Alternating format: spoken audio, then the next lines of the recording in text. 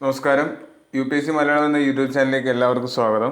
നമ്മളിന്ന് ഡിസ്കസ് ചെയ്യാൻ പോകുന്നത് 28 മെയ് 2021 ദ ഹിന്ദു ന്യൂസ് പേപ്പറിൽ വന്ന ഡീറ്റെയിൽ അനാലിസിസ് ആണ്. UPSC എക്സാം ബേസ് ചെയ്തുകൊണ്ടുള്ള ചോദ്യങ്ങളും അതിൽ നിന്നും നമുക്ക് ഇന്നു വന്ന വാർത്തയിൽ നിന്ന് ഏറ്റവും ഇമ്പോർട്ടൻ്റ് ആയിട്ടുള്ള ടോപ്പിക്കുകളാണ് ഇതിൽ നമ്മൾ ഡിസ്കസ് ചെയ്യാൻ പോകുന്നത്. നമുക്ക് ആദ്യത്തെ വാർത്തയിലേക്ക് പോവാം. ആദ്യത്തെ വാർത്തയിലെ ഹെഡിങ് ഇതാണ്: 9 pin bowling aimed at free speech privacy. ആറാമത്തെ പേജിൽ, ഡൽഹി എഡിഷൻ്റെ 6ാം പേജിൽ വന്നൊരു വാർത്തയാണ്. ഇത് GS paper 2 polity and governance relate ചെയ്തൊരു ന്യൂസ് കൂടിയാണ്. എന്താണ് ഇതിൻ്റെ ബാക്ക്ഗ്രൗണ്ട് നോക്കാം. നമുക്കറിയാം, ഇപ്പോൾ ഓൾറെഡി കുറച്ച് ഇഷ്യൂസ് നമ്മുടെ ഗവൺമെൻറ് ഓഫ് ഇന്ത്യയുടെ പുതിയ റെഗുലേഷൻസും വാട്സാപ്പ് കമ്പനിയും അങ്ങനെ പല ഡീറ്റെയിൽ കമ്പനികളും തമ്മിലുണ്ട്. അത് റിലേറ്റ് ചെയ്യുന്നൊരു വാർത്തയാണ്. അതായത് ഇതിൻ്റെ ബാക്ക്ഗ്രൗണ്ട് പറയുകയാണെങ്കിൽ, ഫെബ്രുവരി 2021 intermediary guide lines and digital media ethics rule 2021 എന്നൊരു റൂള് IT ആക്ട് 2003 കേസിൽ ഇന്ത്യ ഇറക്കിയിരുന്നു. അപ്പോൾ അതിൻ്റെ മെയിനായിട്ട് ഉദ്ദേശം, വെറും 3 ദിവസമായിട്ടുള്ളൂ, ഫെബ്രുവരിയിൽ ഇറക്കിയുള്ളൂ. അതിൻ്റെ മെയിനായിട്ടുള്ളൊരു ഉദ്ദേശം അത് ഏതിലേക്കാണ് അപ്ലൈ ചെയ്യുന്നതെന്ന് വെച്ച് കഴിഞ്ഞാൽ, സോഷ്യൽ മീഡിയ പ്ലാറ്റ്ഫോമുകളിൽ, മെസ്സഞ്ചർ പ്ലാറ്റ്ഫോമിൽ, ഡിജിറ്റൽ ന്യൂസ് പ്ലാറ്റ്ഫോമിൽ. സോഷ്യൽ മീഡിയ പ്ലാറ്റ്ഫോം എന്ന് പറഞ്ഞാൽ നമുക്കറിയാം, ഫേസ്ബുക്ക്, ട്വിറ്റർ, ഇൻസ്റ്റാഗ്രാം, അങ്ങനത്തെ സോഷ്യൽ മീഡിയ. മെസ്സേജിങ് പ്ലാറ്റ്ഫോം തന്നെ വാട്സാപ്പ്, അതുപോലെ സിഗ്നൽ, ടെലിഗ്രാം തുടങ്ങി. അതുപോലെ ഡീറ്റെയിൽ ന്യൂസ് പ്ലാറ്റ്ഫോമിന് ഡീറ്റെയിൽ ന്യൂസുകൾ ഇറക്കുന്ന കമ്പനികളിൽ. അപ്പോൾ ഇതിൻ്റെ മൂന്നിലാണ് ഈ ഇൻ്റർമീഡിയറി ഗൈഡ് ലൈൻസ് അപ്ലൈ ചെയ്തിട്ടുണ്ടായിരുന്നത്, റൂൾസ് അപ്ലൈ ചെയ്തിട്ടുണ്ടായിരുന്നത്. അതിൻ്റെ ഉദ്ദേശം എന്താണെന്ന് വെച്ചാൽ, bringing social media and digital media under regulations, government റെഗുലേഷൻ്റെ കീഴിലേക്ക് കൊണ്ടുവരാൻ വേണ്ടിയായിരുന്നു ഇതിൻ്റെ മെയിൻ ഉദ്ദേശം. അതിൻ്റെ ഒബ്ജക്റ്റീവ് അതായിരുന്നു. അതുപോലെ തന്നെ അതിലൊരു ഗ്രീവൻസ് റിഡ്യൂസൽ മെക്കാനിസം സെറ്റ് ചെയ്യുക, അതായത് കസ്റ്റമർ കംപ്ലയിൻറ്റ് കാര്യങ്ങളൊക്കെ ഡീറ്റെയിൽ ആയിട്ട് ചെക്ക് ചെയ്യാൻ വേണ്ടി. അതുപോലെ അപ്പോയിൻമെൻറ്റ് ഓഫ് കംപ്ലയിൻസ് ഓഫീസർ, തുടങ്ങിയ കാര്യങ്ങളൊക്കെ ഈ ഒബ്ജക്റ്റീവിൽ ഇൻക്ലൂഡഡ് ആയിരുന്നു. പക്ഷേ ഈ വന്ന സംഭവം വലിയൊരു കോൺട്രവേഴ്സിയിലേക്കാണ്, അല്ലെങ്കിൽ ഡിബേറ്റ് ചെയ്തൊരു ഇഷ്യൂവിലേക്കാണ് ഇപ്പോൾ നയിച്ചിരിക്കുന്നത്. അതെന്താ സംഭവം എന്ന് വെച്ച് കഴിഞ്ഞാൽ, മെയിനായിട്ട് ഗവൺമെൻറ് ആവശ്യപ്പെട്ടൊരു സാധനം, tracing the origin of message. ഒരു മെസ്സേജ് എവിടെ നിന്ന് വരുന്നു, അല്ല ആരാണ് ഇത് തുടക്കം വെക്കുന്നത് എന്ന് ഐഡൻറ്റിഫൈ ചെയ്യണം. ഇപ്പോൾ നമ്മുടെ നാട്ടിൽ പല ഫേക്ക് ന്യൂസുകളും പലതും പബ്ലിഷ് ചെയ്യുന്നുണ്ട്, അല്ലെങ്കിൽ പലതും വാട്സാപ്പിലൂടെ ലീക്കാവുക, അങ്ങനെ പല പ്രശ്നങ്ങളും നാട്ടിലുണ്ട്. സൈബർ അറ്റാക്കിങ് എല്ലാം നടക്കുന്നുണ്ട്. അപ്പോൾ ഇങ്ങനത്തെയൊക്കെ കൺട്രോൾ ചെയ്യാൻ വേണ്ടി ഇതിൻ്റെയൊക്കെ ഒറിജിൻ നമുക്ക് കണ്ടുപിടിക്കണം എന്ന് പറഞ്ഞു. പക്ഷേ അതെന്തൊരു ഗവൺമെൻറ് ഉദ്ദേശം തരുന്നു, to crack down fake news, പിന്നെ അതുപോലെ ensure peace, stability and social harmony. അപ്പോൾ ടു ക്രാക്ക് ഡൗൺ ഫേക്ക് ന്യൂസുകൾ തകർക്കാൻ, അതുപോലെ തന്നെ നാട്ടിൽ സമാധാനവും സ്റ്റെബിലിറ്റിയും എല്ലാ ഹാർമണിയും എല്ലാം നിലനിർത്താനായിരുന്നു ഗവൺമെൻറ് ഉദ്ദേശം. പക്ഷേ വാട്സാപ്പ് കമ്പനി പറഞ്ഞു അത് നടക്കില്ല. കാരണം വാട്സാപ്പിൻ്റെ ഓരോ മെസ്സേജും എൻഡ് ടു എൻഡ് എൻക്രിപ്റ്റഡ് ആണ്. ഇപ്പോൾ ഞാനൊരു മെസ്സേജ് അയച്ചാൽ ഞാൻ ആർക്കാണോ അയക്കുന്നത് അയാളുടെ ഡിവൈസിന് മാത്രമേ ആ മെസ്സേജിനെ ഡീകോഡ് ചെയ്ത് റീഡ് ചെയ്യാൻ പറ്റുള്ളൂ. പക്ഷേ ഇതിൻ്റെ ഉറവിടം കണ്ടെത്തണമെങ്കിൽ ഇത് എൻക്രിപ്ഷൻ എന്നുള്ളത് ഡീക്രിപ്ഷൻ എന്നുള്ള മോഡലിലേക്ക് മാറണം. എൻക്രിപ്ഷൻ ഇല്ലാത്ത രീതിയിൽ മെസ്സേജ് ചെയ്യാൻ തുടങ്ങും. അങ്ങനെ എൻക്രിപ്ഷൻ ഇല്ലാത്ത മെസ്സേജുകൾ അയച്ചാൽ കുഴപ്പം എന്താണെന്ന് വെച്ചാൽ, അത് ലീക്കാവാനും അല്ലെങ്കിൽ ഏതൊരാൾക്കും ആ മെസ്സേജ് റീഡ് ചെയ്യാനുള്ള ഒരു ലൂപ്പ് ഹോളാണത്.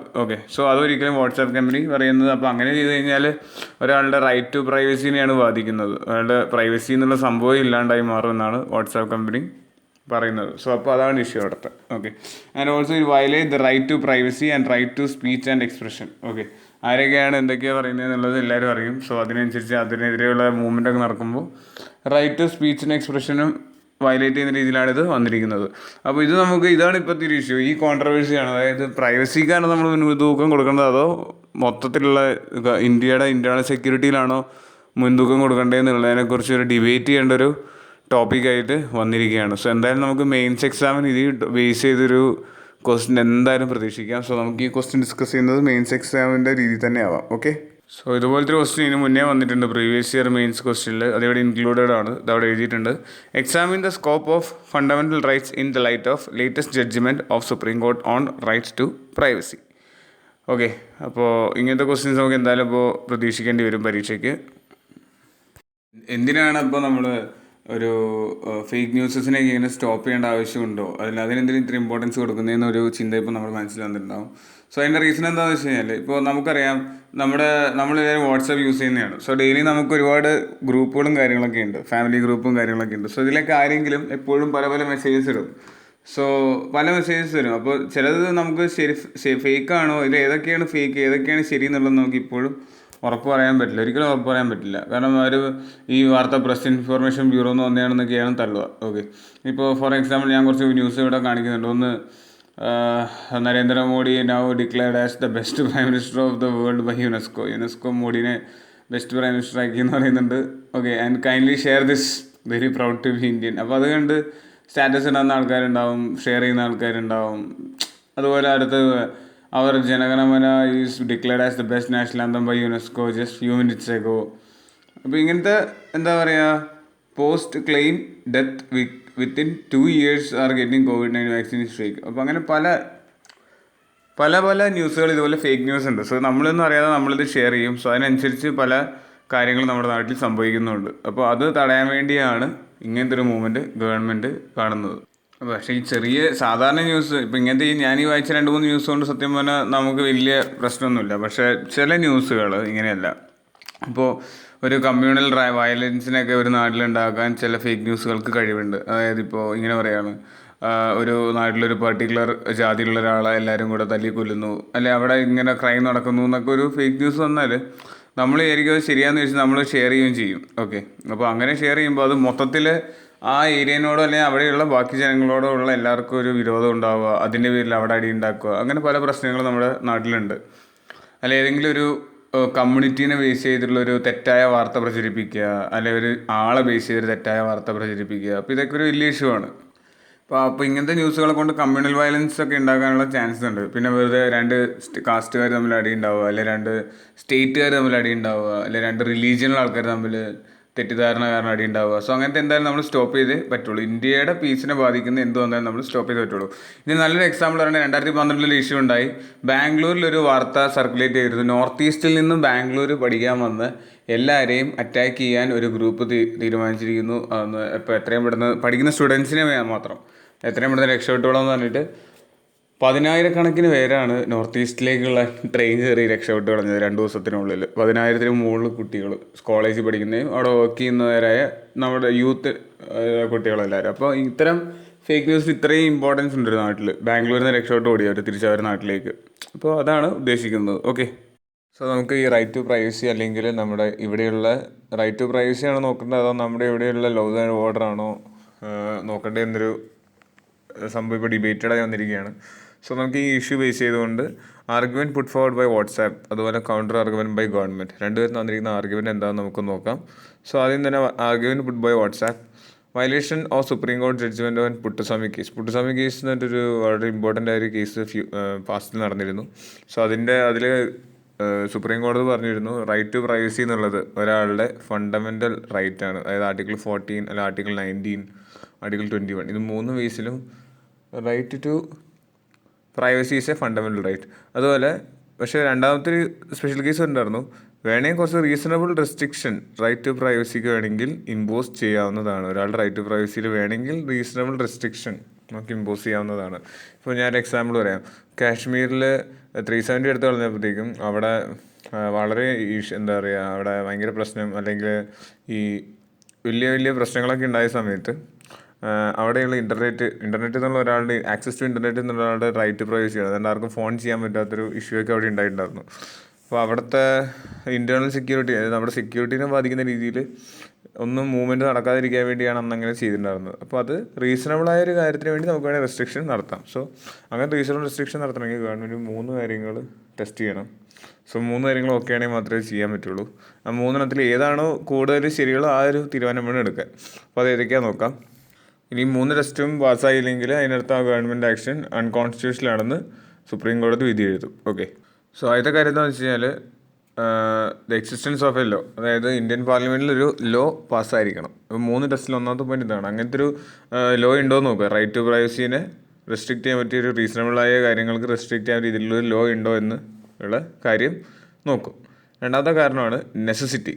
സോ ഇപ്പം ഇങ്ങനെ ഒരു എന്താ പറയുക റെസ്ട്രിക്ഷൻ വെക്കേണ്ട ആവശ്യം ഉണ്ടോ എന്നുള്ള കാര്യം, അതിൻ്റെ നെസസിറ്റി എത്രത്തോളം ഉണ്ടെന്നുള്ളത് ടെസ്റ്റ് ചെയ്യണം. അതായത് പറയുകയാണെങ്കിൽ എക്സാമ്പിൾ പറയുകയാണെങ്കിൽ ഇപ്പോൾ ഇന്ത്യയുടെ ഒരു സെക്യൂരിറ്റിക്ക് വേണ്ടിയോ സോവറിനിറ്റിക്ക് വേണ്ടിയോ ഒരു സ്റ്റേറ്റിൻ്റെ റൈറ്റ് ടു ആക്ഷൻ മൊത്തത്തിൽ നമുക്ക് എടുത്ത് കളയാൻ പറ്റും. ഞാൻ നേരത്തെ പറഞ്ഞ കാശ്മീർ ഇഷ്യൂ പോലത്തെ.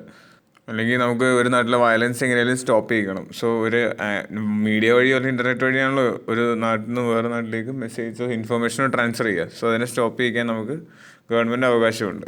ഇത്രയും നെസസറി ആയ സിറ്റുവേഷനിൽ മാത്രമേ ഇത് ഉപയോഗിക്കാവൂ. അല്ലാതെ വേറൊരു സ്റ്റേറ്റ് പർപ്പസിന് വേണ്ടി ഇത് ഉപയോഗിക്കാൻ പാടില്ല. സച്ച് ആസ് ഇപ്പോൾ ഒരു ഗവൺമെൻറ്റിനെ കുറിച്ചുള്ളൊരു വാർത്ത ലോകം അറിയാൻ പാടില്ല. അപ്പോൾ അങ്ങനെ അറിയാൻ പാടില്ലെങ്കിൽ പുറത്തേക്ക് ആ വാർത്ത എത്താൻ പാടില്ല. അപ്പോൾ അങ്ങനെയൊക്കെ ചെയ്യണമെങ്കിൽ പുറത്തേക്ക് പോകാതിരിക്കാൻ വേണ്ടി മീഡിയനെ കട്ട് ചെയ്താൽ മതിയല്ലോ. സോ അങ്ങനത്തെ ഒരു പർപ്പസിന് ഒരിക്കലും ഇത് ഉപയോഗിക്കാൻ പാടില്ല. അല്ലെങ്കിൽ ഗവൺമെൻറ്റിനെ കുറിച്ചുള്ളൊരു ക്രിറ്റിസിസം അല്ലെങ്കിൽ അവിടെ നടന്ന ഒരു പ്രശ്നം പുറത്തെത്താതിരിക്കാൻ. സോ ഈ കാര്യങ്ങൾക്കൊന്നും ഇത് യൂസ് ചെയ്യാൻ പാടില്ല. ഓക്കെ, പിന്നെ മറ്റൊരു മൂന്നാമത്തെ ടെസ്റ്റ് എന്താ വെച്ചാൽ പ്രൊപ്പോർഷണാലിറ്റി ടെസ്റ്റ് എന്ന് പറയും. അതായത് ഇപ്പോൾ ഒരുപാട് മെത്തേഡുകൾ ഉണ്ടാവാം ഒരു നാട്ടിലുള്ള ഇഷ്യൂസ് സോൾവ് ചെയ്യാനുള്ള. അപ്പോൾ അതിലിപ്പോൾ 3 മെത്തേഡ് ഉണ്ടെന്ന് ഇരിക്കുക. അതിൽ ഏത് മെത്തേഡ് ചൂസ് ചെയ്യുമ്പോഴാണോ ഒരാളുടെ റൈറ്റ് ടു പ്രൈവസിയിൽ ഏറ്റവും ലീസ്റ്റായ രീതിയിൽ എഫക്റ്റ് ചെയ്യുന്നത് ആ മെത്തേഡ് വേണം ചൂസ് ചെയ്യാൻ. ഓക്കെ, സോ ആ മെത്തേഡ് ഇതാണെങ്കിൽ ഈ മെത്തേഡ് ചൂസ് എന്തായാലും ഇങ്ങനത്തെ ഒരു എന്താ പറയുക ഇൻ്റർനെറ്റ് ആക്സസ് ചെയ്യാൻ പറ്റുന്നില്ല, അങ്ങനത്തെ ഒരു കേസാണ് അവിടെ നടത്താവുന്നതിൽ ഏറ്റവും എളുപ്പമുള്ളതായിരിക്കും അത് തന്നെ വേണം നടത്തിയെടുക്കാൻ.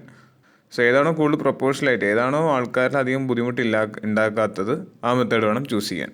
അപ്പോൾ ഈ ഒരു ആർട്ടിക്കിൾ പ്രകാരം പറയുന്നത് വാട്സാപ്പ് ഫയൽ ചെയ്തു ഒരാളുടെ പ്രൈവസീനെ എഫക്റ്റ് ചെയ്യുന്ന കാര്യമാണിത്. അപ്പോൾ നിങ്ങൾ ഇങ്ങനത്തെ ഒരു സംഭവം കൊണ്ടുവരികയാണെങ്കിൽ ഈ 3 ടെസ്റ്റും ഗവൺമെൻറ് ഫെയിൽ ആവുകയോ ചെയ്യുള്ളൂ എന്നാണ് വാട്സാപ്പ് കമ്പനി പറയുന്നത്.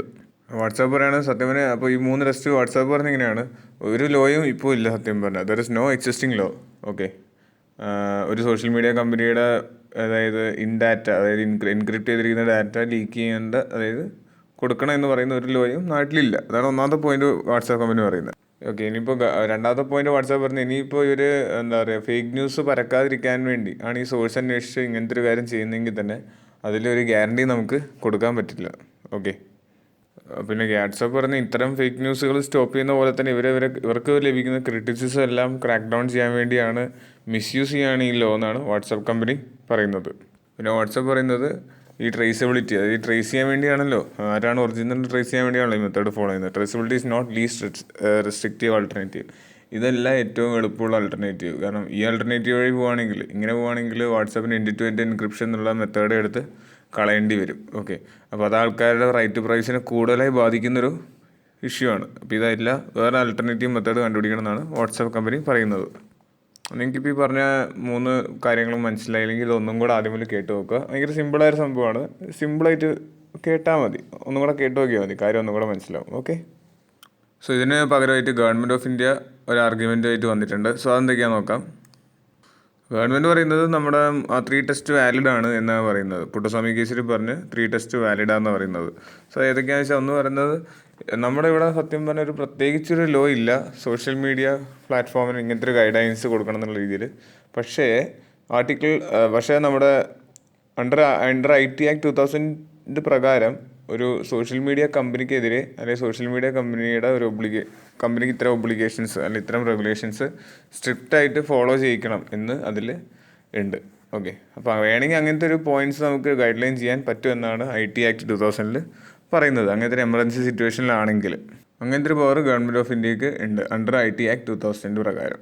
പിന്നെ അടുത്ത് ഇതിൻ്റെ നെസസിറ്റി കാണിച്ചുകൊണ്ട് ഗവൺമെൻറ് വാട്സാപ്പിന് തിരിച്ചു കൊടുത്ത മറുപടി എന്താണെന്ന് വെച്ച് കഴിഞ്ഞാൽ ഈ ഓർഡർ പാസ് ചെയ്യുന്നത് only to trace messages to prevention and investigation of cases. ചില കേസ് സ്റ്റോപ്പ് ചെയ്യാനും അതിനെക്കുറിച്ച് അന്വേഷിക്കാനും വേണ്ടിയാണ്. അത് ഏതൊക്കെ കേസാണെന്ന് വെച്ച് കഴിഞ്ഞാൽ ഇറ്റ് ഈസ് റിലേറ്റഡ് ടു ഇന്ത്യയുടെ സോവറിനിറ്റി, അതുപോലെ ഇൻ്റഗ്രിറ്റി, സെക്യൂരിറ്റി, ഈ 3 എഫക്റ്റ് ചെയ്യുന്ന രീതിയിലുള്ള കേസുകളെ മാത്രം ടാർഗറ്റ് ചെയ്തുകൊണ്ടാണ് ഇത് ചെയ്യുന്നതെന്നാണ് ഗവൺമെൻറ് ഓഫ് ഇന്ത്യ പറയുന്നത്. ഇന്ത്യൻ്റെ സോവറിറ്റിനെ എഫക്റ്റ് ചെയ്യുന്ന, അല്ലെങ്കിൽ ഇൻ്റഗ്രിറ്റിനെ എഫക്റ്റ് ചെയ്യുന്ന, അല്ലെങ്കിൽ സെക്യൂരിറ്റീനെ എഫക്റ്റ് ചെയ്യുന്നത്. ഓക്കെ, സോ ഇതിനെ എഫക്റ്റ് ചെയ്യുന്ന കേസസ് മാത്രമാണ് എത്രയും നെസസിറ്റി ആയതുകൊണ്ടാണ് ഇത് ഇംപ്ലിമെൻറ്റ് ചെയ്യുന്നതെന്നാണ് പറയുന്നത്. പിന്നെ പ്രൊപ്പോർഷണാലിറ്റിയെ കുറിച്ച് പറയുന്നത് വെച്ചാൽ അതായത് ബാക്കി എല്ലാ മെത്തേഡും നോക്കിയിട്ട് ഇന്നെഫക്റ്റീവ് ആണെന്ന് ഉറപ്പായി കഴിഞ്ഞാൽ മാത്രമേ ഗവൺമെൻറ് അങ്ങനെ ഡീക്രിപ്റ്റ് ചെയ്യേണ്ട ഒരു മെത്തേഡിലേക്ക് എത്തുകയുള്ളൂ എന്നാണ് പറയുന്നത്. അപ്പോൾ ഇത്രയും ഗവൺമെൻറ് അതിന് തിരിച്ചുള്ള കൗണ്ടർ ആർഗ്യുമെൻറ്റ് പറയുന്നുണ്ട്. പോലെ ഒരു കാര്യം വാട്സാപ്പിനോട് ചോദിക്കുന്നുണ്ട്, double standards of WhatsApp with respect to right to privacy. ഇപ്പോൾ ഇത്രയും നേരം നമ്മളോട് വാട്സാപ്പ് കമ്പനി പറഞ്ഞു ഒരു യൂസറിൻ്റെ right to privacy fundamental right ആണ്, അത് അങ്ങനെയാണ് ഇങ്ങനെയാണെന്നൊക്കെ പറഞ്ഞെങ്കിലും എന്തുകൊണ്ടാണ് പുതിയ പ്രൈവസി അപ്ഡേറ്റിൽ ഓരോ ഇൻഡിവിജ്വലിൻ്റെയും പേഴ്സണൽ ഡാറ്റ ഫേസ്ബുക്ക് കമ്പനിയായിട്ട് ഷെയർ ചെയ്യുന്നത്? അപ്പോൾ അത് റൈറ്റ് ടു പ്രൈവസീൻ്റെ കീഴിൽ വരുന്നതല്ലേ, അത് വയലേറ്റ് ആവുമല്ലേ എപ്പോഴും. ഒരാളുടെ പ്രൈവസി പേഴ്സണൽ ഡാറ്റ ആണല്ലോ ഒരു കമ്പനിയായിട്ട് ഷെയർ ചെയ്യുന്നത്. സോ അതിനെക്കുറിച്ച് ഗവൺമെൻറ് ചോദിക്കുന്നുണ്ട്. അപ്പോൾ ഇങ്ങനെ ഒരു ഡബിൾ സ്റ്റാൻഡ് നിൽക്കുന്നത് ശരിയാണോ? അതും റൈറ്റ് ടു പ്രൈവസീൻ്റെ കേസ് എടുത്ത് നോക്കുകയാണെങ്കിൽ വാട്സാപ്പ് ആ കമ്പനി അത് ഫെയിൽഡ് അല്ലേ എന്നാണ് ചോദിക്കുന്നത്. ഓക്കെ, പിന്നെ പറയുന്ന വാട്സാപ്പിൻ്റെ അടുത്ത ആർഗ്യുമെൻ്റ് ഇതാണ്: violation of fundamental rights. Fundamental rights, right to freedom of speech and expression, right to privacy, ഇത് രണ്ടും വയലേറ്റ് ചെയ്യപ്പെടുന്നു എന്ന് വാട്സാപ്പിൻ്റെ ഭാഗത്തുനിന്ന് പറയാം. അതുപോലെ ഗവൺമെൻറ് പറയുന്നത് വെച്ചാൽ ഇതിൻ്റെ ഫസ്റ്റ് ഒറിജിനേറ്ററെ കണ്ടുപിടിക്കാൻ വേണ്ടിയാണ്. ഇതൊരു റീസണബിൾ റെസ്ട്രിക്ഷനാണ് റൈറ്റ് ടു പ്രൈവസിയിൽ നമ്മൾ വെക്കുന്നത്, ഒരു നല്ല കാര്യത്തിന് വേണ്ടി ചെയ്യുന്നതാണെന്നാണ് പറയുന്നത്. പിന്നെ വാട്സാപ്പ് കമ്പനി പറയുന്ന ഇമ്പോർട്ടൻ്റ് ആയ ഒരു പോയിന്റ് ഇതാണ്: it is against the spirit of parent act. അതായത് IT ആക്ടിന് എഗെയിൻസ്റ്റ് ആണ് നിങ്ങൾ ഈ പറയുന്ന പോയിന്റ് എന്നാണ്. അതായത് IT ആക്ടിന് ഒരു പ്രിയാമ്പിൾ ഉണ്ട്, പ്രിയാമ്പിൾ ഓഫ് IT ആക്ട്. അതിൽ പറയുന്നത് it achieve uniformity of law with other country. ബാക്കിയുള്ള രാജ്യങ്ങൾ എങ്ങനെയാണോ ഇതിനെ ഡീൽ ചെയ്യുന്നത് അതേപോലെ ആയിരിക്കണം എല്ലാ രാജ്യങ്ങളും. സോ എല്ലാ രാജ്യങ്ങളും തമ്മിൽ ലോയുടെ ബേസിലൊരു യൂണിഫോമിറ്റി വേണമെന്നാണ്. However, in other countries, there is no obligations on social media. Social മീഡിയക്ക് ഒരു തരത്തിലുള്ള ഒബ്ലിഗേഷൻസും വെക്കുന്നില്ല. Intermediaries to identify the first originator of information. ഒരു രാജ്യത്തും ഇതുപോലെ ഫസ്റ്റ് ഒറിജിനേറ്ററെ കണ്ടുപിടിക്കാൻ ഒരു ഒബ്ലിഗേഷനോ വെച്ചിട്ടില്ല. സോ അത് നമ്മൾ ഈ ഇന്ത്യ ചെയ്യുന്നത് സ്പിരിറ്റ് ഓഫ് പേറ്റൻറ്റ് ആക്ടിന് എഗെയിൻസ്റ്റ് ആണെന്നാണ് വാട്സാപ്പ് കമ്പനി പറയുന്നത്. സോ അപ്പോൾ അതിന് കൗണ്ടറായിട്ട് ഗവൺമെൻറ് ഓഫ് ഇന്ത്യ പറയുന്നത് ഓൾറെഡി ഇൻ്റർനാഷണലി ഇങ്ങനത്തെ ഒരു സംഭവം ഉണ്ട്. ഇപ്പോൾ ബ്രസീൽ പറയുന്നുണ്ട് വാട്സാപ്പ് കമ്പനീനോട് to provide suspects IP address, customer information, geo location data etcetera. So എന്തെങ്കിലും ഇഷ്യൂ ഉണ്ടെങ്കിൽ ആ ഒരു വാർത്ത വന്ന സസ്പെക്റ്റിൻ്റെ IP അഡ്രസ്സും കസ്റ്റമർ ഇൻഫോർമേഷനും ജിയോ ലൊക്കേഷൻ ഡാറ്റയും കൊടുത്തേ പറ്റുള്ളൂ. ഇങ്ങനത്തെ ഒരു പോയിന്റ് ഓൾറെഡി ഉണ്ട് പുറത്തൊക്കെ, ബ്രസീൽ രാജ്യത്തുണ്ട്. അതുപോലെ തന്നെ UK, ഓസ്ട്രേലിയ, കാനഡ പോലത്തെ രാജ്യങ്ങൾ ഒരു വാട്സാപ്പ് കമ്പനീനോട് ആക്സസ് വയ്ക്കുന്നുണ്ട് എൻക്രിപ്റ്റഡ് ഡാറ്റയിലേക്ക് തന്നെ. Okay, end to end encryption stop ചെയ്യേണ്ട, പക്ഷേ ഒരു ഒരാൾക്ക് അയക്കുന്ന മെസ്സേജ് അല്ലെങ്കിൽ ഒരു ഡാറ്റ റീഡ് ചെയ്യാൻ പാകത്തിന് അത് യൂസബിൾ ഡാറ്റ ആയിട്ട് ചോദിക്കുന്നുണ്ട്. പക്ഷേ ഇന്ത്യ അങ്ങനെയൊന്നും ഒരു റെഗുലേഷൻസ് ഇന്നേ വരെ വെച്ചിട്ടില്ല. ഇന്ത്യ അതൊന്നും പറഞ്ഞില്ല. ഇന്ത്യ ഇങ്ങനത്തെ ഒരു എമർജൻസി സിറ്റുവേഷനിൽ നമ്മുടെ രാജ്യത്തിൻ്റെ ഇൻറ്റഗ്രിറ്റിക്ക് വേണ്ടി അല്ലെങ്കിൽ രാജ്യത്തിൻ്റെ രാജ്യത്തിൻ്റെ ഒരു സമാധാനം, സോവറിനിറ്റിയൊക്കെ വയലേറ്റ് ചെയ്യുന്നുള്ളൊരു ഇഷ്യൂ വരുമ്പോൾ മാത്രമാണ് ഇത് ആവശ്യപ്പെടുന്നത്. അപ്പോൾ അതാണ് ഇന്ത്യയിൽ കൊടുക്കുന്ന കൗണ്ടറായിട്ടുള്ള ആർഗ്യുമെൻറ്റ്. ഇൻ്റർനാഷണലി ഇങ്ങനത്തെ കാര്യങ്ങൾ ഓൾറെഡി നടന്നിട്ടുമുണ്ട്. സോ ഇതൊക്കെയാണ് ഇവർ തമ്മിലുള്ള ഒരു ഡിബേറ്റ് എടുക്കുകയാണെങ്കിൽ ഇതിൻ്റെ കൗണ്ടർ ആർഗ്യുമെൻറ്റും കാര്യങ്ങളും. ഇനി അടുത്ത ഇതിനെക്കുറിച്ച് കൂടുതൽ മനസ്സിലാക്കാൻ ഇതിന് മുന്നൊരു കേസ് നടന്നിട്ടുണ്ട് സുപ്രീം കോടതിയിൽ, observation 2019 Facebook versus union of India case. അപ്പോൾ ആ കേസിൽ അന്ന് സുപ്രീം കോടതിയുടെ വിധി എന്തൊക്കെയായിരുന്നു നമുക്ക് നോക്കാം. അന്ന് ഇതുപോലെ തന്നെ ഒറിജിനേറ്ററെ കണ്ടുപിടിക്കണം എന്നുള്ള ഇഷ്യൂവിൽ സുപ്രീം കോടതി പറഞ്ഞിതായിരുന്നു: need a proper framed regime to track the first originator of a message. അതെ, ഒരു പ്രോപ്പർ റെജീം എന്തായാലും കൊണ്ടുവന്നേ പറ്റുള്ളൂ എന്നാണ് സുപ്രീം കോടതി എന്ന് പറഞ്ഞത്. വാട്സാപ്പ് പോലത്തെ കമ്പനികൾ ഒരിക്കലും എൻഡ് ടു എൻഡ് എൻക്രിപ്ഷൻ എന്നുള്ളത് ഒരു എക്സ്ക്യൂസായി പറയാൻ പാടില്ല for not tracking the originator of message. Okay, അതൊരു എക്സ്ക്യൂസായിട്ട് പറയാൻ പാടില്ല. പിന്നെ മറ്റൊരു പോയിന്റ് പറഞ്ഞത് ഡീഇൻക്രിപ്ഷൻ ഇഫ് അവൈലബിൾ ഈസിലി. എളുപ്പം ഈ ഡീഇൻക്രിപ്റ്റ് ചെയ്യാൻ പറ്റിയ രീതിയിലാണ് മെസ്സേജ് കിടക്കുന്നതെങ്കിൽ അതും ഫണ്ടമെൻ്റൽ റൈറ്റ്സിനെ വയലേറ്റ് ചെയ്യുന്ന രീതിയിൽ തന്നെയാണ്. അപ്പോൾ പറഞ്ഞത് ഒരു കയ്യിൽ കൊണ്ട് ഇൻ വൺ ഹാൻഡ് നമ്മൾ അത് ഫണ്ടമെൻ്റൽ റൈറ്റ്സ് വയലേറ്റ് ചെയ്യാണ്ട് നോക്കണം, മറ്റൊരു വഴിയിൽ നമ്മൾ അത് മിസ്യൂസ് ചെയ്യാണ്ട് നോക്കണം. സോ രണ്ടും ഒരു വൺ ബൈ വൺ ആയിട്ട് കൊണ്ടു നടക്കാൻ പറ്റണം. ഓക്കെ, ഏറ്റവും ഇമ്പോർട്ടൻ്റ് ആയ ഒരു പോയിന്റ് ലാസ്റ്റ് പറഞ്ഞ പോയിന്റാണ്. ഈ പോയിന്റാണ് ഫൈനലായിട്ടുള്ള വന്ന ജഡ്ജ്മെൻറ്റ്. Decryption of message may be done under special circumstances. ഒരു പ്രത്യേക സാഹചര്യത്തിൽ, ഇപ്പോൾ അത് വേണം എന്തായാലും ഡീഇൻക്രിപ്റ്റ് ചെയ്തേ പറ്റുമെന്ന സാഹചര്യത്തിൽ മാത്രമേ ഡീഇൻക്രിപ്റ്റ് ചെയ്യാൻ പാടുള്ളൂ, without invading the privacy of an individual. ഇതെന്നും ഡെയിലി ബേസിസ് ചെയ്യേണ്ട ഒരു സംഭവം ഇരിക്കരുത്. ഒരു ഇഷ്യൂ ഉണ്ട് അല്ലെങ്കിൽ ഒരാളെ നമുക്ക് സംശയമുണ്ട് അല്ലെങ്കിൽ ഒരു കാര്യം കണ്ടുപിടിക്കണം, അങ്ങനത്തെ ഒരു ഇഷ്യൂവിൽ മാത്രമേ നമ്മളിത് ചെയ്യാവൂ. അങ്ങനെ ആവശ്യമുണ്ടെങ്കിൽ ചെയ്യാം എന്നായിരുന്നു അന്ന് ഫേസ്ബുക്ക് യൂണിയൻ ഓഫ് ഗവൺമെൻറ് തമ്മിൽ വന്ന കേസിൻ്റെ വിധി. സോ ഇത്രയാണ് ഈ വാർത്തയെ കുറിച്ചുള്ള ഡിസ്കഷൻ. അപ്പോൾ ഇതൊരു മെയിൻസ് ക്വസ്റ്റ്യൻ വന്നാൽ ഇത്രയും നമ്മൾ എഴുതണം. സോ നമുക്കിനി അടുത്ത ആർട്ടിക്കിളിലേക്ക് പോകാം. സോ ഈ ആർട്ടിക്കിളിൻ്റെ ഹെഡിങ് ഇതാണ്: വെതറിംഗ് സ്റ്റോംസ് എന്നാണ്. ഇത് GS paper 3 disaster management relate ചെയ്ത ടോപ്പിക്കാണ്. അതായത് നമുക്കറിയാം ഇപ്പോൾ സൈക്ലോൺസ് വളരെ റീസെൻ്റ് ആയിട്ട് വന്നുകൊണ്ടിരിക്കുകയാണ്. ഗ്ലോബൽ വാർമിങ്ങിൻ്റെ ഭാഗമായിട്ട് പല റീസൺസ് അതിൻ്റെ ബാക്കിലുണ്ടെന്ന് നമുക്കറിയാം. അപ്പോൾ അങ്ങനെയൊക്കെ വരുമ്പോഴത്തേക്കും നമ്മുടെ ഇവിടെയുള്ള ഇൻഫ്രാസ്ട്രക്ചേഴ്സിനെ അത് നല്ല രീതിയിൽ എഫക്റ്റ് ചെയ്യുന്നുണ്ട്. അപ്പോൾ നമുക്ക് അത് റീഹാബിലിറ്റ് ചെയ്യാനുള്ള അല്ലെങ്കിൽ റിക്കവർ ചെയ്യാനുള്ള ഫണ്ടിന് ഒരുപാട് ബുദ്ധിമുട്ടുകൾ അനുഭവിക്കുന്നുണ്ട്. അപ്പോൾ അതിനെ റിലേറ്റ് ചെയ്തിട്ടുള്ള ഡിസാസ്റ്റർ ഇൻഷുറൻസിനെ അതിനെ റിലേറ്റ് ചെയ്തൊരു ടോപ്പിക്കാണ്. സോ എന്തൊക്കെയാണുള്ളത് നോക്കാം. സോ അപ്പോൾ അത് ഒരു സോഷ്യൽ ഇൻഷുറൻസ് എന്നുള്ളൊരു കൺസെപ്റ്റാണ് ഇതിൽ വരുന്നത്. സോ നമുക്ക് എങ്ങനെയാണ് ഇവിടുത്തെ ഡിസാസ്റ്റർ ഫൈനാൻസിങ് ഫ്രെയിംവർക്ക് ഇന്ത്യയിൽ നടപ്പാവുന്നത് നമുക്ക് നോക്കാം. സോ ഹെഡിങ് ഇതാണ്: ഡിസാസ്റ്റർ റിസ്ക് ഇൻഷുറൻസ്. അത് റാഷണലും അതിൻ്റെ ബെനിഫിറ്റ്സ് എന്തൊക്കെയാണ് നമുക്ക് നോക്കാം. സോ ഫസ്റ്റ് പോയിന്റ് പറഞ്ഞാൽ ഇന്ത്യസ് വൾണറബിലിറ്റി ടു ഡിസാസ്റ്റർ. അതായത് almost 85% of countries vulnerable to the single and multiple disaster. നമ്മുടെ ഇവിടുത്തെയുള്ള ലാൻഡ് ഏരിയയിൽ 85% ഏരിയയും ഡിസാസ്റ്ററിന് വൾണറബിലിറ്റി കൂടുതലുള്ള ഏരിയയാണ്. ഒരു എക്സാമ്പിൾ പറയുകയാണെങ്കിൽ 57% ഓഫ് ഏരിയക്ക് എർത്ത് ക്വേക്ക് സീസ്മിക് സോണാണ്, അതായത് എർത്ത് ക്വേക്ക് വരാൻ സാധ്യതയുള്ള റീജിയനാണ്. 68% ഓഫ് ഏരിയയിൽ വരൾച്ച വരാനുള്ള ചാൻസ് ഉണ്ട്. അതുപോലെ തന്നെ 40 മില്യൺ ഹെക്ടറോളം ഏരിയ, അതായത് 12% ഏരിയ വരുന്നിടത്ത് ഫ്ലഡ് വരാൻ ചാൻസ് ഉണ്ട്. അതുപോലെ നല്ലൊരു ഏരിയ സൈക്ലോൺസ് 8% ടോട്ടൽ ലാൻഡ് മാസിൻ്റെ ബോർഡറുകൾ, അതായത് നമ്മുടെ ഒരു പകുതിയോളം ഏരിയ സിയോട് ഫേസ് ചെയ്തിട്ടാണ്. സോ അതുവഴി സൈക്ലോൺസ് വരാനുള്ള ചാൻസും ഉണ്ട്. അപ്പോൾ ഇത്രയും പ്രോണാണ് നമ്മുടെ നാട്. സോ മൊത്തം 85% ഓഫ് കൺട്രിയും വൾണറബിൾ ആണ് ഡിസാസ്റ്റേഴ്സിന്. സോ അതിൻ്റെ ഇമ്പാക്റ്റ് മനസ്സിലാക്കണമെങ്കിൽ ഗ്ലോബൽ ക്ലൈമറ്റ് റിസ്ക് ഇൻഡെക്സ് 2021 നമുക്ക് നോക്കാം. അത് പബ്ലിഷ് ചെയ്യുന്നത് ഒരു പുറത്തുള്ളൊരു കമ്പനിയാണ്, അതായത് ജർമ്മൻ വാച്ച് എന്നുള്ള. അതൊരു ഗ്ലോബൽ എൻവയോൺമെൻറ്റൽ തിങ്ക് ടാങ്ക് ആണ്. ഓക്കെ, അപ്പോൾ നമ്മുടെ ഇവിടെ infrastructure development think tank NITI Aayog എന്ന് പറയുന്നില്ലേ, അതേപോലെ തന്നെ ഗ്ലോബൽ എൻവയോൺമെൻറ്റൽ തിങ്ക് ടാങ്ക് ആണ്. അതിൻ്റെ പേരാണ് ജർമ്മൻ വാച്ച്. സോ അവരുടെ റിപ്പോർട്ട് പ്രകാരം നോക്കുകയാണെങ്കിൽ ഇന്ത്യ എന്നുള്ളത് 5th most vulnerable country in the world എന്നാണ് പറയുന്നത്. ഏറ്റവും കൂടുതൽ ചാൻസുള്ള 5ാമത്തെ രാജ്യമാണ് ഇന്ത്യ. അത് ക്ലൈമറ്റ് ചേഞ്ചാണ് മെയിനായിട്ട് ഇന്ത്യയെ എഫക്റ്റ് ചെയ്യുന്നത്. പിന്നെ അടുത്തൊരു പോയിന്റ് പറയുകയാണെങ്കിൽ 2017 ഇന്ത്യയിലാണ് ഏറ്റവും കൂടുതൽ മരണം സംഭവിച്ചത് നാച്ചുറൽ ഡിസാസ്റ്റർ കാരണം. ഓക്കെ, ലോകത്ത് വെച്ചിട്ട്. അതുപോലെ തന്നെ എന്തോരം ധനനഷ്ടം ഉണ്ടായി, എക്കണോമിക് ലോസ് ഉണ്ടായെന്ന് വെച്ചാൽ ലോകത്ത് 4ാം സ്ഥാനമാണ് ഇന്ത്യക്ക്. ഓക്കെ, 4th ഹയസ്റ്റ് എക്കണോമിക് ലോസാണ് ഇന്ത്യയിലുണ്ടായത് ഡിസാസ്റ്റർ കൊണ്ട് മാത്രം. സോ ഇനി അടുത്ത് നമ്മൾ ഡിസാസ്റ്റർ ഫൈനാൻസിങ്ങിനെ കുറിച്ച് പറയുകയാണെങ്കിൽ സെൻട്രൽ ലെവലും സ്റ്റേറ്റ് ലെവലും രണ്ടെണ്ണമുണ്ട്. സെൻട്രൽ ലെവലിൽ national disaster risk management fund, NDFMF എന്ന് പറയും. അതുപോലെ സ്റ്റേറ്റ് ലെവലിലാണ് state disaster risk management fund. Okay, SDRMF എന്ന് പറയും. സോ നമുക്ക് ഡിസാസ്റ്റർ മാനേജ്മെൻറ്റ് ആക്ട് 2005 എന്താ പറഞ്ഞു നോക്കാം. സെൻറ്ററാണ് സത്യം പറഞ്ഞാൽ ഈ നാഷണൽ ഡിസാസ്റ്റർ റെസ്പോൺസ് ഫണ്ടിന് വേണ്ട ബഡ്ജറ്റ് അലോക്കേറ്റ് ചെയ്ത് കൊടുക്കേണ്ടത്. 2 രീതിയിലാണ് ബഡ്ജറ്റ് അലോക്കേറ്റ് ചെയ്ത് കൊടുക്കുക. ഒന്ന്, അവർക്ക് സെൻറ്ററിന് ഇത്ര ബഡ്ജറ്റ് ഉണ്ട് മാറ്റിയിട്ടുണ്ട്, ആ ബഡ്ജറ്റ് അലോക്കേറ്റ് ചെയ്യും. രണ്ടാമത്തെ മെത്തേഡാണ് നാഷണൽ കലാമിറ്റി കണ്ടിന്യൂസ് ഡ്യൂട്ടി, അതൊരു ടാക്സാണ്, ആ രീതിയിലും ബഡ്ജറ്റ് എത്താറുണ്ട്. അപ്പോൾ ഇതെന്ത് സംഭവം എന്ന് വെച്ചാൽ ഇതൊരു തരം സർചാർജാണ്. അതായത് ആരെങ്കിലും എക്സൈസ് ഡ്യൂട്ടി അടക്കുമ്പോഴും അതുപോലെ കസ്റ്റംസ് ഡ്യൂട്ടി അടക്കുമ്പോഴും ഓക്കെ നമ്മൾ അതിൽ നിന്നും ഒരു എമൗണ്ട് ഇതിലേക്ക് മാറ്റിയിടുന്നുണ്ട്. സർചാർജ് എന്ന രീതിയിൽ ഈ ഡിസാസ്റ്റർ മാനേജ്മെൻറ്റ് ഫണ്ടിലേക്ക് മാറ്റിയിടുന്നുണ്ട്. ഓക്കെ, അത് ഏതൊക്കെ പ്രൊഡക്റ്റാണെന്ന് വെച്ചാൽ ഇൻ കേസ് ആൽക്കഹോളിൻ്റെ ബേസിലുള്ള എക്സൈസ് ഡ്യൂട്ടികൾ, അല്ലെങ്കിൽ സിഗരറ്റ്സിൻ്റെ ബേസ് ചെയ്തിട്ടുള്ള ഡ്യൂട്ടികൾ, അല്ലെങ്കിൽ പെട്രോളിയം പ്രോഡക്റ്റിൻ്റെ ബേസിലുള്ള ഡ്യൂട്ടികൾ. സോ ഈ 3 ഡ്യൂട്ടിയിൽ ഒരു സർചാർജ് ഇതിലേക്ക് പോകുന്നുണ്ട്. സോ ഇങ്ങനെ കളക്ട് ചെയ്യുന്ന ഈ എമൗണ്ടിനെയാണ് നമ്മൾ സർചാർജ് എന്ന് പറയുന്നത്. ഇനി സ്റ്റേറ്റ് ഡിസാസ്റ്റർ റെസ്പോൺസ് ഫണ്ടിലേക്ക് എങ്ങനെയാണ് ഫണ്ട് വരുന്നത് നോക്കാം. സാധാരണ സ്റ്റേറ്റുകളാണെങ്കിൽ 75:25 എമൗണ്ടിലാണ് ഈ ബഡ്ജറ്റ് അലോക്കേറ്റ് ചെയ്യുന്നത്. അതായത് 75% ഫണ്ടും സെൻട്രൽ പ്രൊവൈഡ് ചെയ്യും, ബാക്കി 25% ഫണ്ട് സ്റ്റേറ്റ് പ്രൊവൈഡ് ചെയ്യും. സോ അങ്ങനെയാണ് വരുന്നത്.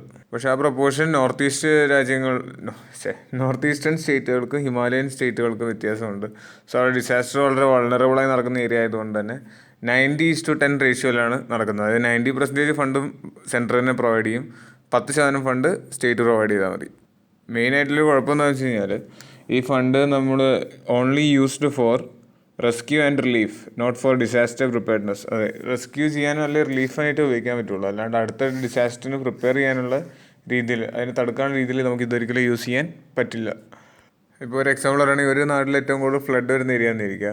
സോ ഈ ഫണ്ട് ഉപയോഗിച്ച് നമുക്ക് ഫ്ലഡിൽ പെട്ട ആൾക്കാരെ രക്ഷിക്കാനും അതിൻ്റെ റിലീഫ് ക്യാമ്പ് നടത്താനേ പറ്റുള്ളൂ. അല്ലാതെ ഒരിക്കലും അടുത്ത പ്രാവശ്യം ഫ്ലഡ് വരാതിരിക്കാനുള്ള എംബാങ്ക്മെൻറ്റ്സ് പണി, അല്ലെങ്കിൽ കൂടുതൽ നല്ല ഇറിഗേഷൻ സിസ്റ്റം, കനാൽ സിസ്റ്റം കൊണ്ടുവരിക, അങ്ങനത്തെ ഇൻഫ്രാസ്ട്രക്ചേഴ്സിനൊന്നും അത് യൂസ് ചെയ്യാൻ പറ്റില്ല.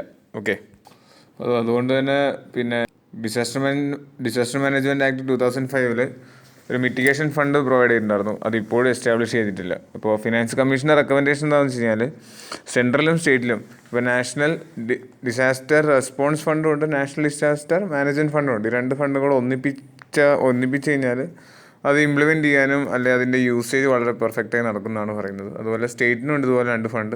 ഈ 2 ഫണ്ടും ഒന്നിപ്പിച്ച് സ്റ്റേറ്റ് ഡിസാസ്റ്റർ റെസ്പോൺസ് മാനേജ്മെൻറ്റ് ഫണ്ടാക്കി മാറ്റുന്നതാണ് ഫിനാൻഷ്യൽ കമ്മീഷൻ്റെ റെക്കമെൻഡേഷൻ. പിന്നെ അതെന്തങ്ങനെ പറയാൻ കാരണം വെച്ചാൽ ഇപ്പോൾ ഈ ഡാറ്റ കണ്ടാൽ തന്നെ അറിയാം, നമ്മൾ ഈ ഫണ്ടിൻ്റെ 80% ഉപയോഗിക്കുന്നതും അതിൻ്റെ റെസ്പോൺസിനായിട്ടാണ്, അല്ലെങ്കിൽ റിസ്കിന് വേണ്ടിയാണ്. ഒരു 20% മാത്രമേ മിറ്റിഗേഷന് വേണ്ടി ഉപയോഗിക്കുന്നുള്ളൂ. മിറ്റിഗേഷൻ എന്ന് പറഞ്ഞു കഴിഞ്ഞാൽ പിന്നീട് ഇതിനെ എങ്ങനെ പ്രിവെൻറ്റ് ചെയ്യാം, അല്ല അതിന് വേണ്ടി നമ്മൾ എഗെയിൻസ്റ്റ് എടുക്കേണ്ട പ്രിവെൻറ്റീവ് ആക്ഷൻസ്. സോ അതിന് വേണ്ടി ആകെ 20% ഫണ്ടേ ഉപയോഗിക്കുന്നുള്ളൂ. സോ അതുകൊണ്ടാണ് ഇത് ഒന്നിപ്പിക്കണം എന്ന് പറയാനുള്ള കാരണം. അപ്പോൾ ഈ റെക്കമെൻഡേഷൻ 15th ഫൈനാൻസ് കമ്മീഷൻ മുന്നോട്ട് വെച്ചതാണ്. സോ എന്തായാലും അത് central government state government accept ചെയ്തിട്ടുണ്ട്. ഓക്കെ, ഇനി ഡിസാസ്റ്റർ ഫൈനാൻസിങ്ങിനെ റെസ്പെക്ട് ചെയ്ത് വരുന്ന പ്രോബ്ലംസ് എന്തൊക്കെയാണെന്ന് നോക്കാം. ഒന്നാമത്തെ ഇഷ്യൂ എന്താണെന്ന് വെച്ചാൽ ഇൻസഫിഷ്യൻറ്റ് ഫണ്ടാണ്.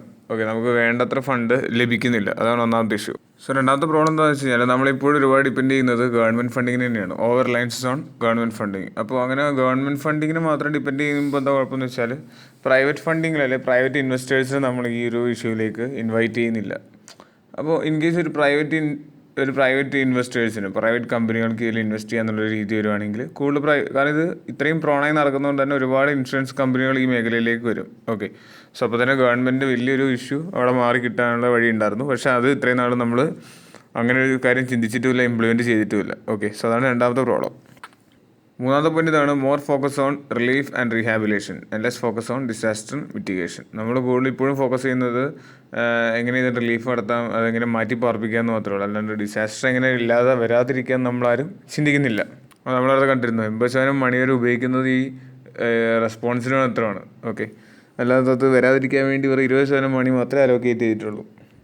പിന്നെ അതുപോലെ തന്നെ നമ്മൾ ആൾക്കാരുടെ ബിഹേവിയറൽ ചേഞ്ചസിലേക്ക് നമ്മളധികം ശ്രദ്ധ ചെലുത്തിയിട്ടില്ല. അതായത് discouraging people from building houses in flood plain area. Flood വരാൻ സാധ്യതയുള്ള ഏരിയകളിൽ വീട് വെക്കൽ നമ്മൾ സ്റ്റോപ്പ് ചെയ്യണം. അങ്ങനത്തെ ഒരു ബിഹേവിയറൽ ചേഞ്ച് ജനങ്ങളിൽ വരുത്തണം. ശരിക്കും അങ്ങനത്തെ ഒരു സംഭവം ഗവൺമെൻറ് ഇന്നേവരെ ശ്രമിച്ചിട്ടില്ല. അതുപോലെ തന്നെ encouraging people to build disaster resilient infrastructures. Disaster വന്നാലും വലിയ കാര്യത്തിൽ എഫക്റ്റ് ചെയ്യാത്ത രീതിയിലുള്ള ഇൻഫ്രാസ്ട്രക്ചർ പണിയാൻ ജനങ്ങളെ എപ്പോഴും മോട്ടിവേറ്റ് ചെയ്തിട്ടുമില്ല.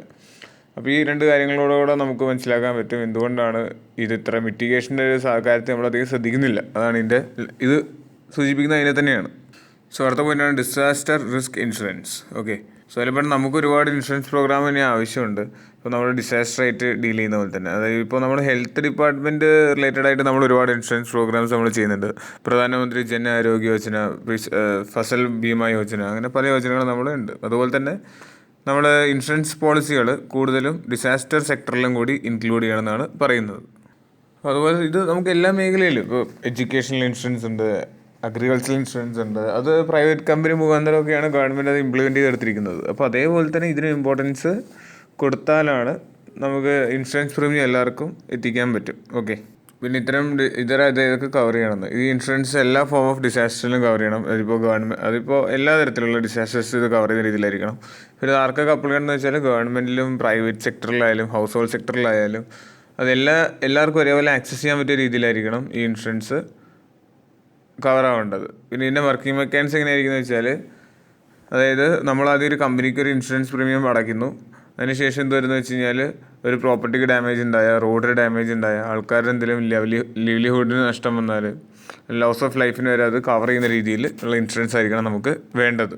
ഓക്കെ, അപ്പോൾ ഇൻഫ്രാസ്ട്രക്ചറിൽ വന്ന ബുദ്ധിമുട്ടായാലും നമുക്ക് നികത്താൻ പറ്റും. അതുപോലെ ജനങ്ങളിൽ വന്ന ബുദ്ധിമുട്ടായാലും നമുക്ക് നികത്താൻ പറ്റും ഈ മെക്കാനിസത്തോടു കൂടി.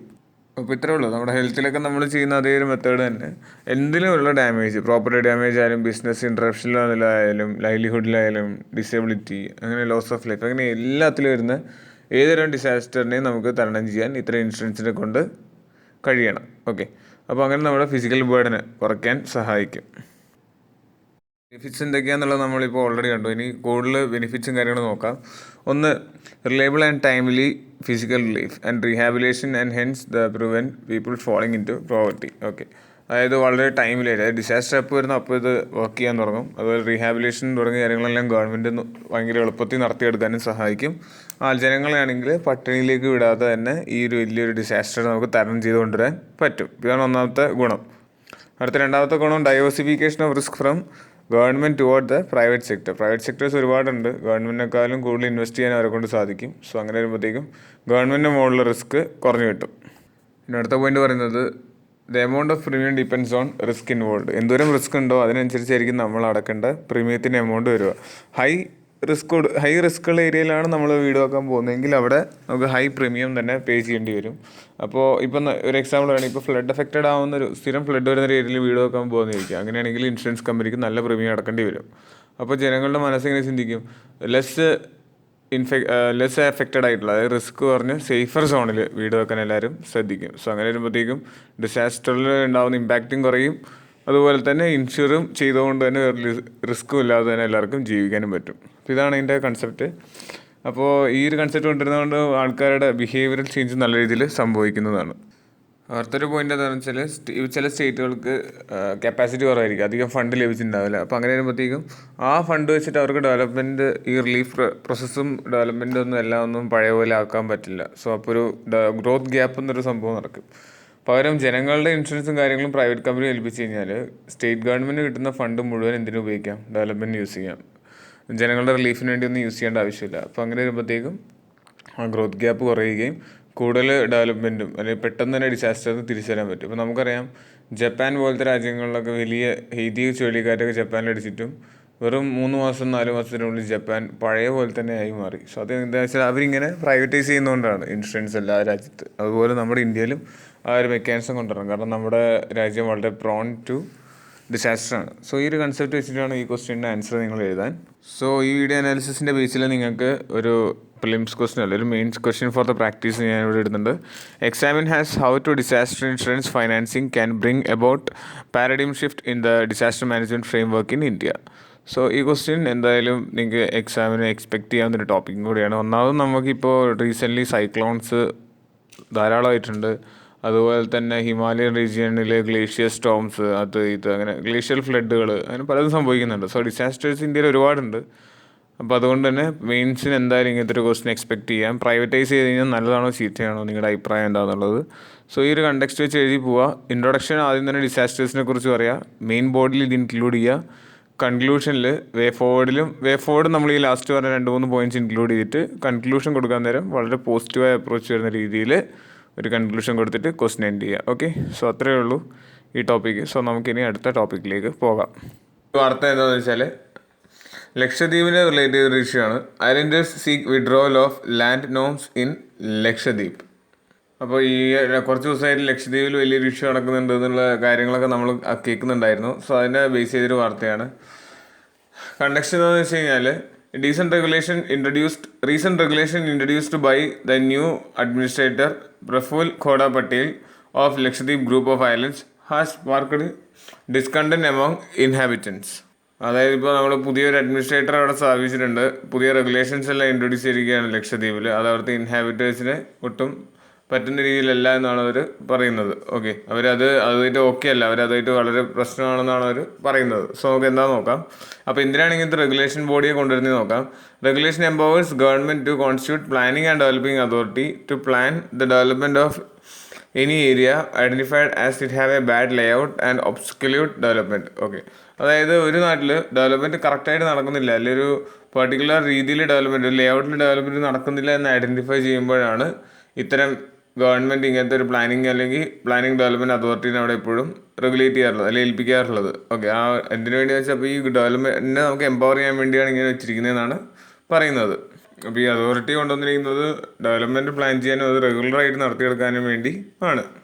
അടുത്ത point, an authority that thus created would be a corporate body. ആ അതോറിറ്റി ഒരു കോർപ്പറേറ്റ് ബോഡി ആവാം.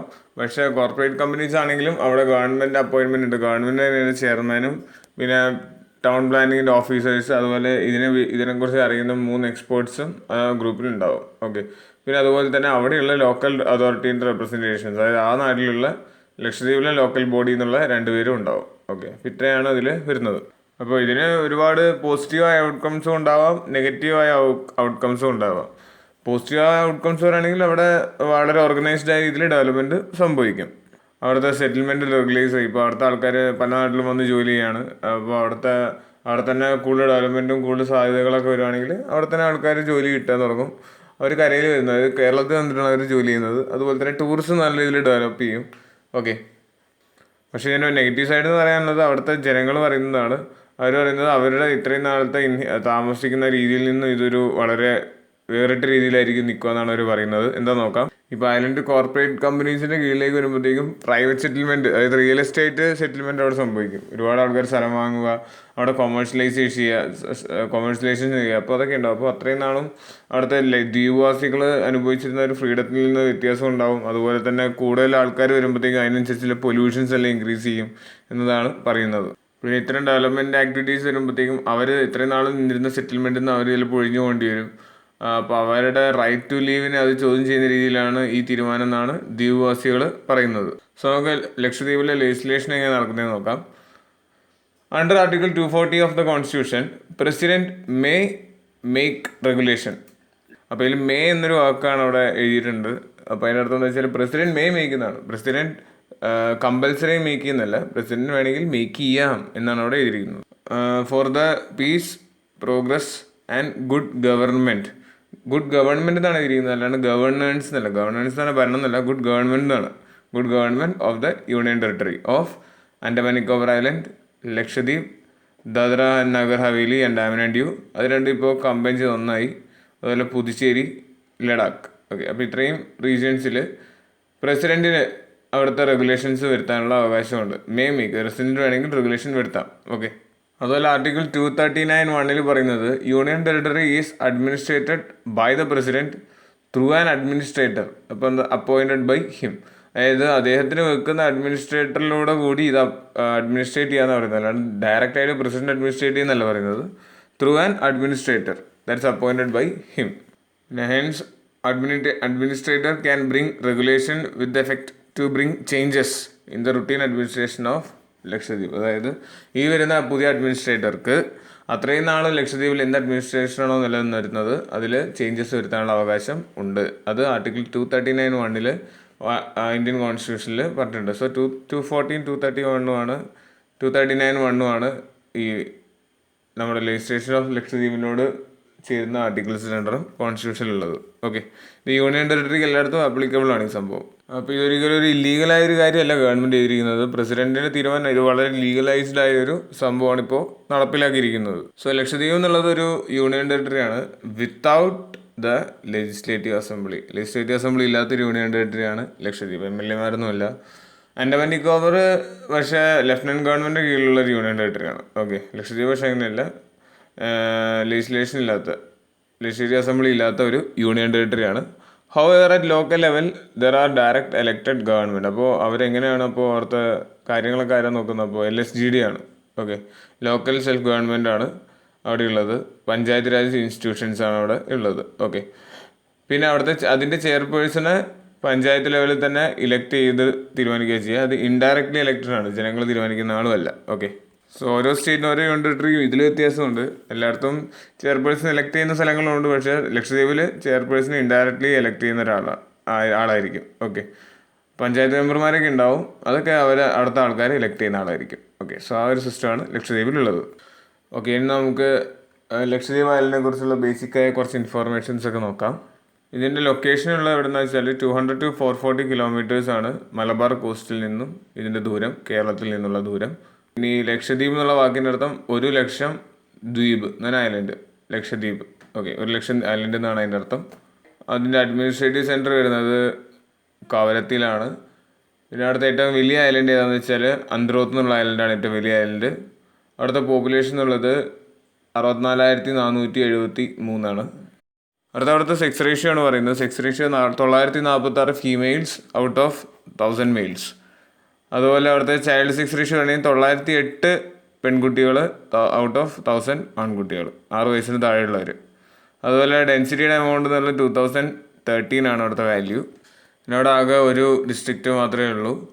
പിന്നെ അവിടുത്തെ ജുറിഡിക്ഷൻ ഏതാ വരുന്നത് വെച്ചാൽ കേരള ഹൈക്കോടതിൻ്റെ കീഴിലാണ് ഇവിടെ ഈ ലക്ഷദ്വീപ് വരുന്നത്. പിന്നെ ഏറ്റവും സ്മോളസ്റ്റ് യൂണിയൻ ടെറിട്ടറിയാണ് ലക്ഷദ്വീപ്. 32 സ്ക്വയർ കിലോമീറ്ററേ ആകെയുള്ളൂ. അവരുടെ ഭാഷ എന്നുള്ളത് മലയാളമാണ്. മലയാളമാണെന്നാണ് നമ്മൾ പറയുന്നത്, പക്ഷേ അവർക്ക് ശരിക്കും ഒരു കൊളോക്കിയൽ ലാംഗ്വേജ് ഉണ്ട്, വേറൊരു ലാംഗ്വേജ് ഉണ്ട്. എൻ്റെ പേര് ഞാൻ ഇപ്പം മറന്നുപോയി. എൻ്റെ കൂടെ പഠിച്ചൊരു കുട്ടി ഉണ്ടായിരുന്നു, അപ്പോൾ ആ കുട്ടി ആ ഭാഷ സംസാരിക്കുമായിരുന്നു. ഓക്കെ, സോ നമുക്കിനി അടുത്ത ടോപ്പിക്കിലേക്ക് നോക്കാം. അടുത്ത ടോപ്പിക്ക് പറയുന്നത് വെച്ചാൽ ഐലൻഡ് ഡെവലപ്മെൻറ്റ് ഏജൻസി എന്താണ്, ഐലൻഡ് ഡെവലപ്മെൻറ്റ് ഏജൻസിൻ്റെ വർക്കിംഗ് എങ്ങനെയാണ് എന്നൊക്കെയാണ് നമ്മൾ നോക്കാൻ പോകുന്നത്. എപ്പോൾ മുതലുണ്ട് തുടങ്ങിയ കാര്യങ്ങളിലേക്ക് നോക്കാം. ഇത് വരുന്നത് 2017 അത് വരുന്നത് under the ministry of home അഫയേഴ്സിൻ്റെ കീഴിലാണ് ഐലൻഡ് ഡെവലപ്മെൻറ്റ് ഏജൻസി വരുന്നത്. അപ്പോൾ ഈ ഏജൻസിയാണ് അവിടുത്തെ ഇൻഫ്രാസ്ട്രക്ചർ, ടൂറിസം, എല്ലാ ഡെവലപ്മെൻറ്റ് പ്രോഗ്രാംസിൻ്റെ പ്രോഗ്രസ് ചെക്ക് ചെയ്യേണ്ടത്. ഓക്കെ, അതായത് അവിടുത്തെ മോഡൽ ടൂറിസം പ്രൊജക്റ്റ് എല്ലാം ഇവരാണ് നോക്കുന്നത്. അപ്പോൾ ഈ ഏജൻസി എന്നുള്ളത് ഒരു യൂണിയൻ ടെറിട്ടറിക്കുള്ളതല്ല, ഇവർ ഐലൻഡിനെ മാത്രം ഫോക്കസ് ചെയ്യുന്നത്. അതായത് ഇവരുടെ കീഴിൽ വരുന്നത് അണ്ടമാൻ നിക്കോബർ ഐലൻഡും ലക്ഷദ്വീപ് ഐലൻഡും ആണ്. ഓക്കെ, അടുത്ത പോയിന്റ് ഉള്ളത് home minister of India is it's chairman. ഇന്ത്യയുടെ ഹോം മിനിസ്റ്ററാണ് ഇതിൻ്റെ ചെയർമാൻ്റെ എഴുതുക. And CEO of NITI Aayog act as it's convener. Okay, അപ്പോൾ ഇന്ത്യയുടെ ഹോം മിനിസ്റ്റർ അമിത്ഷാണ് അപ്പോൾ ഇതിൻ്റെ ചെയർമാനായിട്ട് വരിക ഈ IDA-യുടെ. അതുപോലെ തന്നെ CEO ഓഫ് നീതി ആയോഗ് ആണ് ഇതിൻ്റെ കൺവീനറായി ആക്ട് ചെയ്യുക. CEO നീതി ആയോഗ് ആരാന്ന് വെച്ചാൽ അമിതാഭ് കന്ത് എന്നൊരാളാണ്. അദ്ദേഹം പഴയ 1980s കേരള കേഡറിലുണ്ടായിരുന്ന ഒരു IAS ഓഫീസറാണ്. ഓക്കെ, ബാക്കി IDA മെമ്പേഴ്സ് ആരൊക്കെയാണെന്ന് വെച്ച് കഴിഞ്ഞാൽ secretary of tourism, secretary of tribal affairs, അതുപോലെ ഹോം സെക്രട്ടറി, അതുപോലെ secretary of ministry of environment and cabinet secretaries. ഇവരൊക്കെയാണ് അതിലുള്ള ബാക്കിയുള്ള members. Niti Aayog has been mandated with task to steer the holistic development of island in sustainable manner. അപ്പോൾ നീതി ആയോഗാണ് ഈ ഡെവലപ്മെൻറ്റിൻ്റെ starting കൊടുക്കേണ്ടത്. ഓക്കെ, ആ ടാസ്ക് കൊടുത്തിരിക്കുന്നത് നീതി ആയോഗിനാണ്. പക്ഷേ ഇംപ്ലിമെൻറ്റ് ചെയ്യുന്ന നീതി ആയോഗല്ല, ഇംപ്ലിമെൻറ്റ് ചെയ്യാൻ വേറെ ഡിപ്പാർട്ട്മെൻറ്റിനെ ഏൽപ്പിക്കുകയാണ് ചെയ്യുക. അപ്പോൾ അതിൻ്റെ ഉത്തരവാദിത്തം, അതായത് ഇംപ്ലിമെൻറ്റ് ചെയ്യേണ്ട ഉത്തരവാദിത്തം പല മിനിസ്ട്രിയിലും പല ഡിപ്പാർട്ട്മെൻറ്റും വീതിച്ചു കൊടുക്കും. പക്ഷേ ആ ഒരു ഡെവലപ്മെൻറ്റിൻ്റെ സ്റ്റാർട്ടിംഗ് പോയിന്റ് ട്രിഗർ കൊടുക്കേണ്ടത് എപ്പോഴും നീതി ആയോഗാണ്. നീതി ആയോഗാണ് ഇതിൻ്റെ പ്ലാനിങ് കമ്മീഷനെല്ലാം ഏറ്റെടുക്കുന്നത്.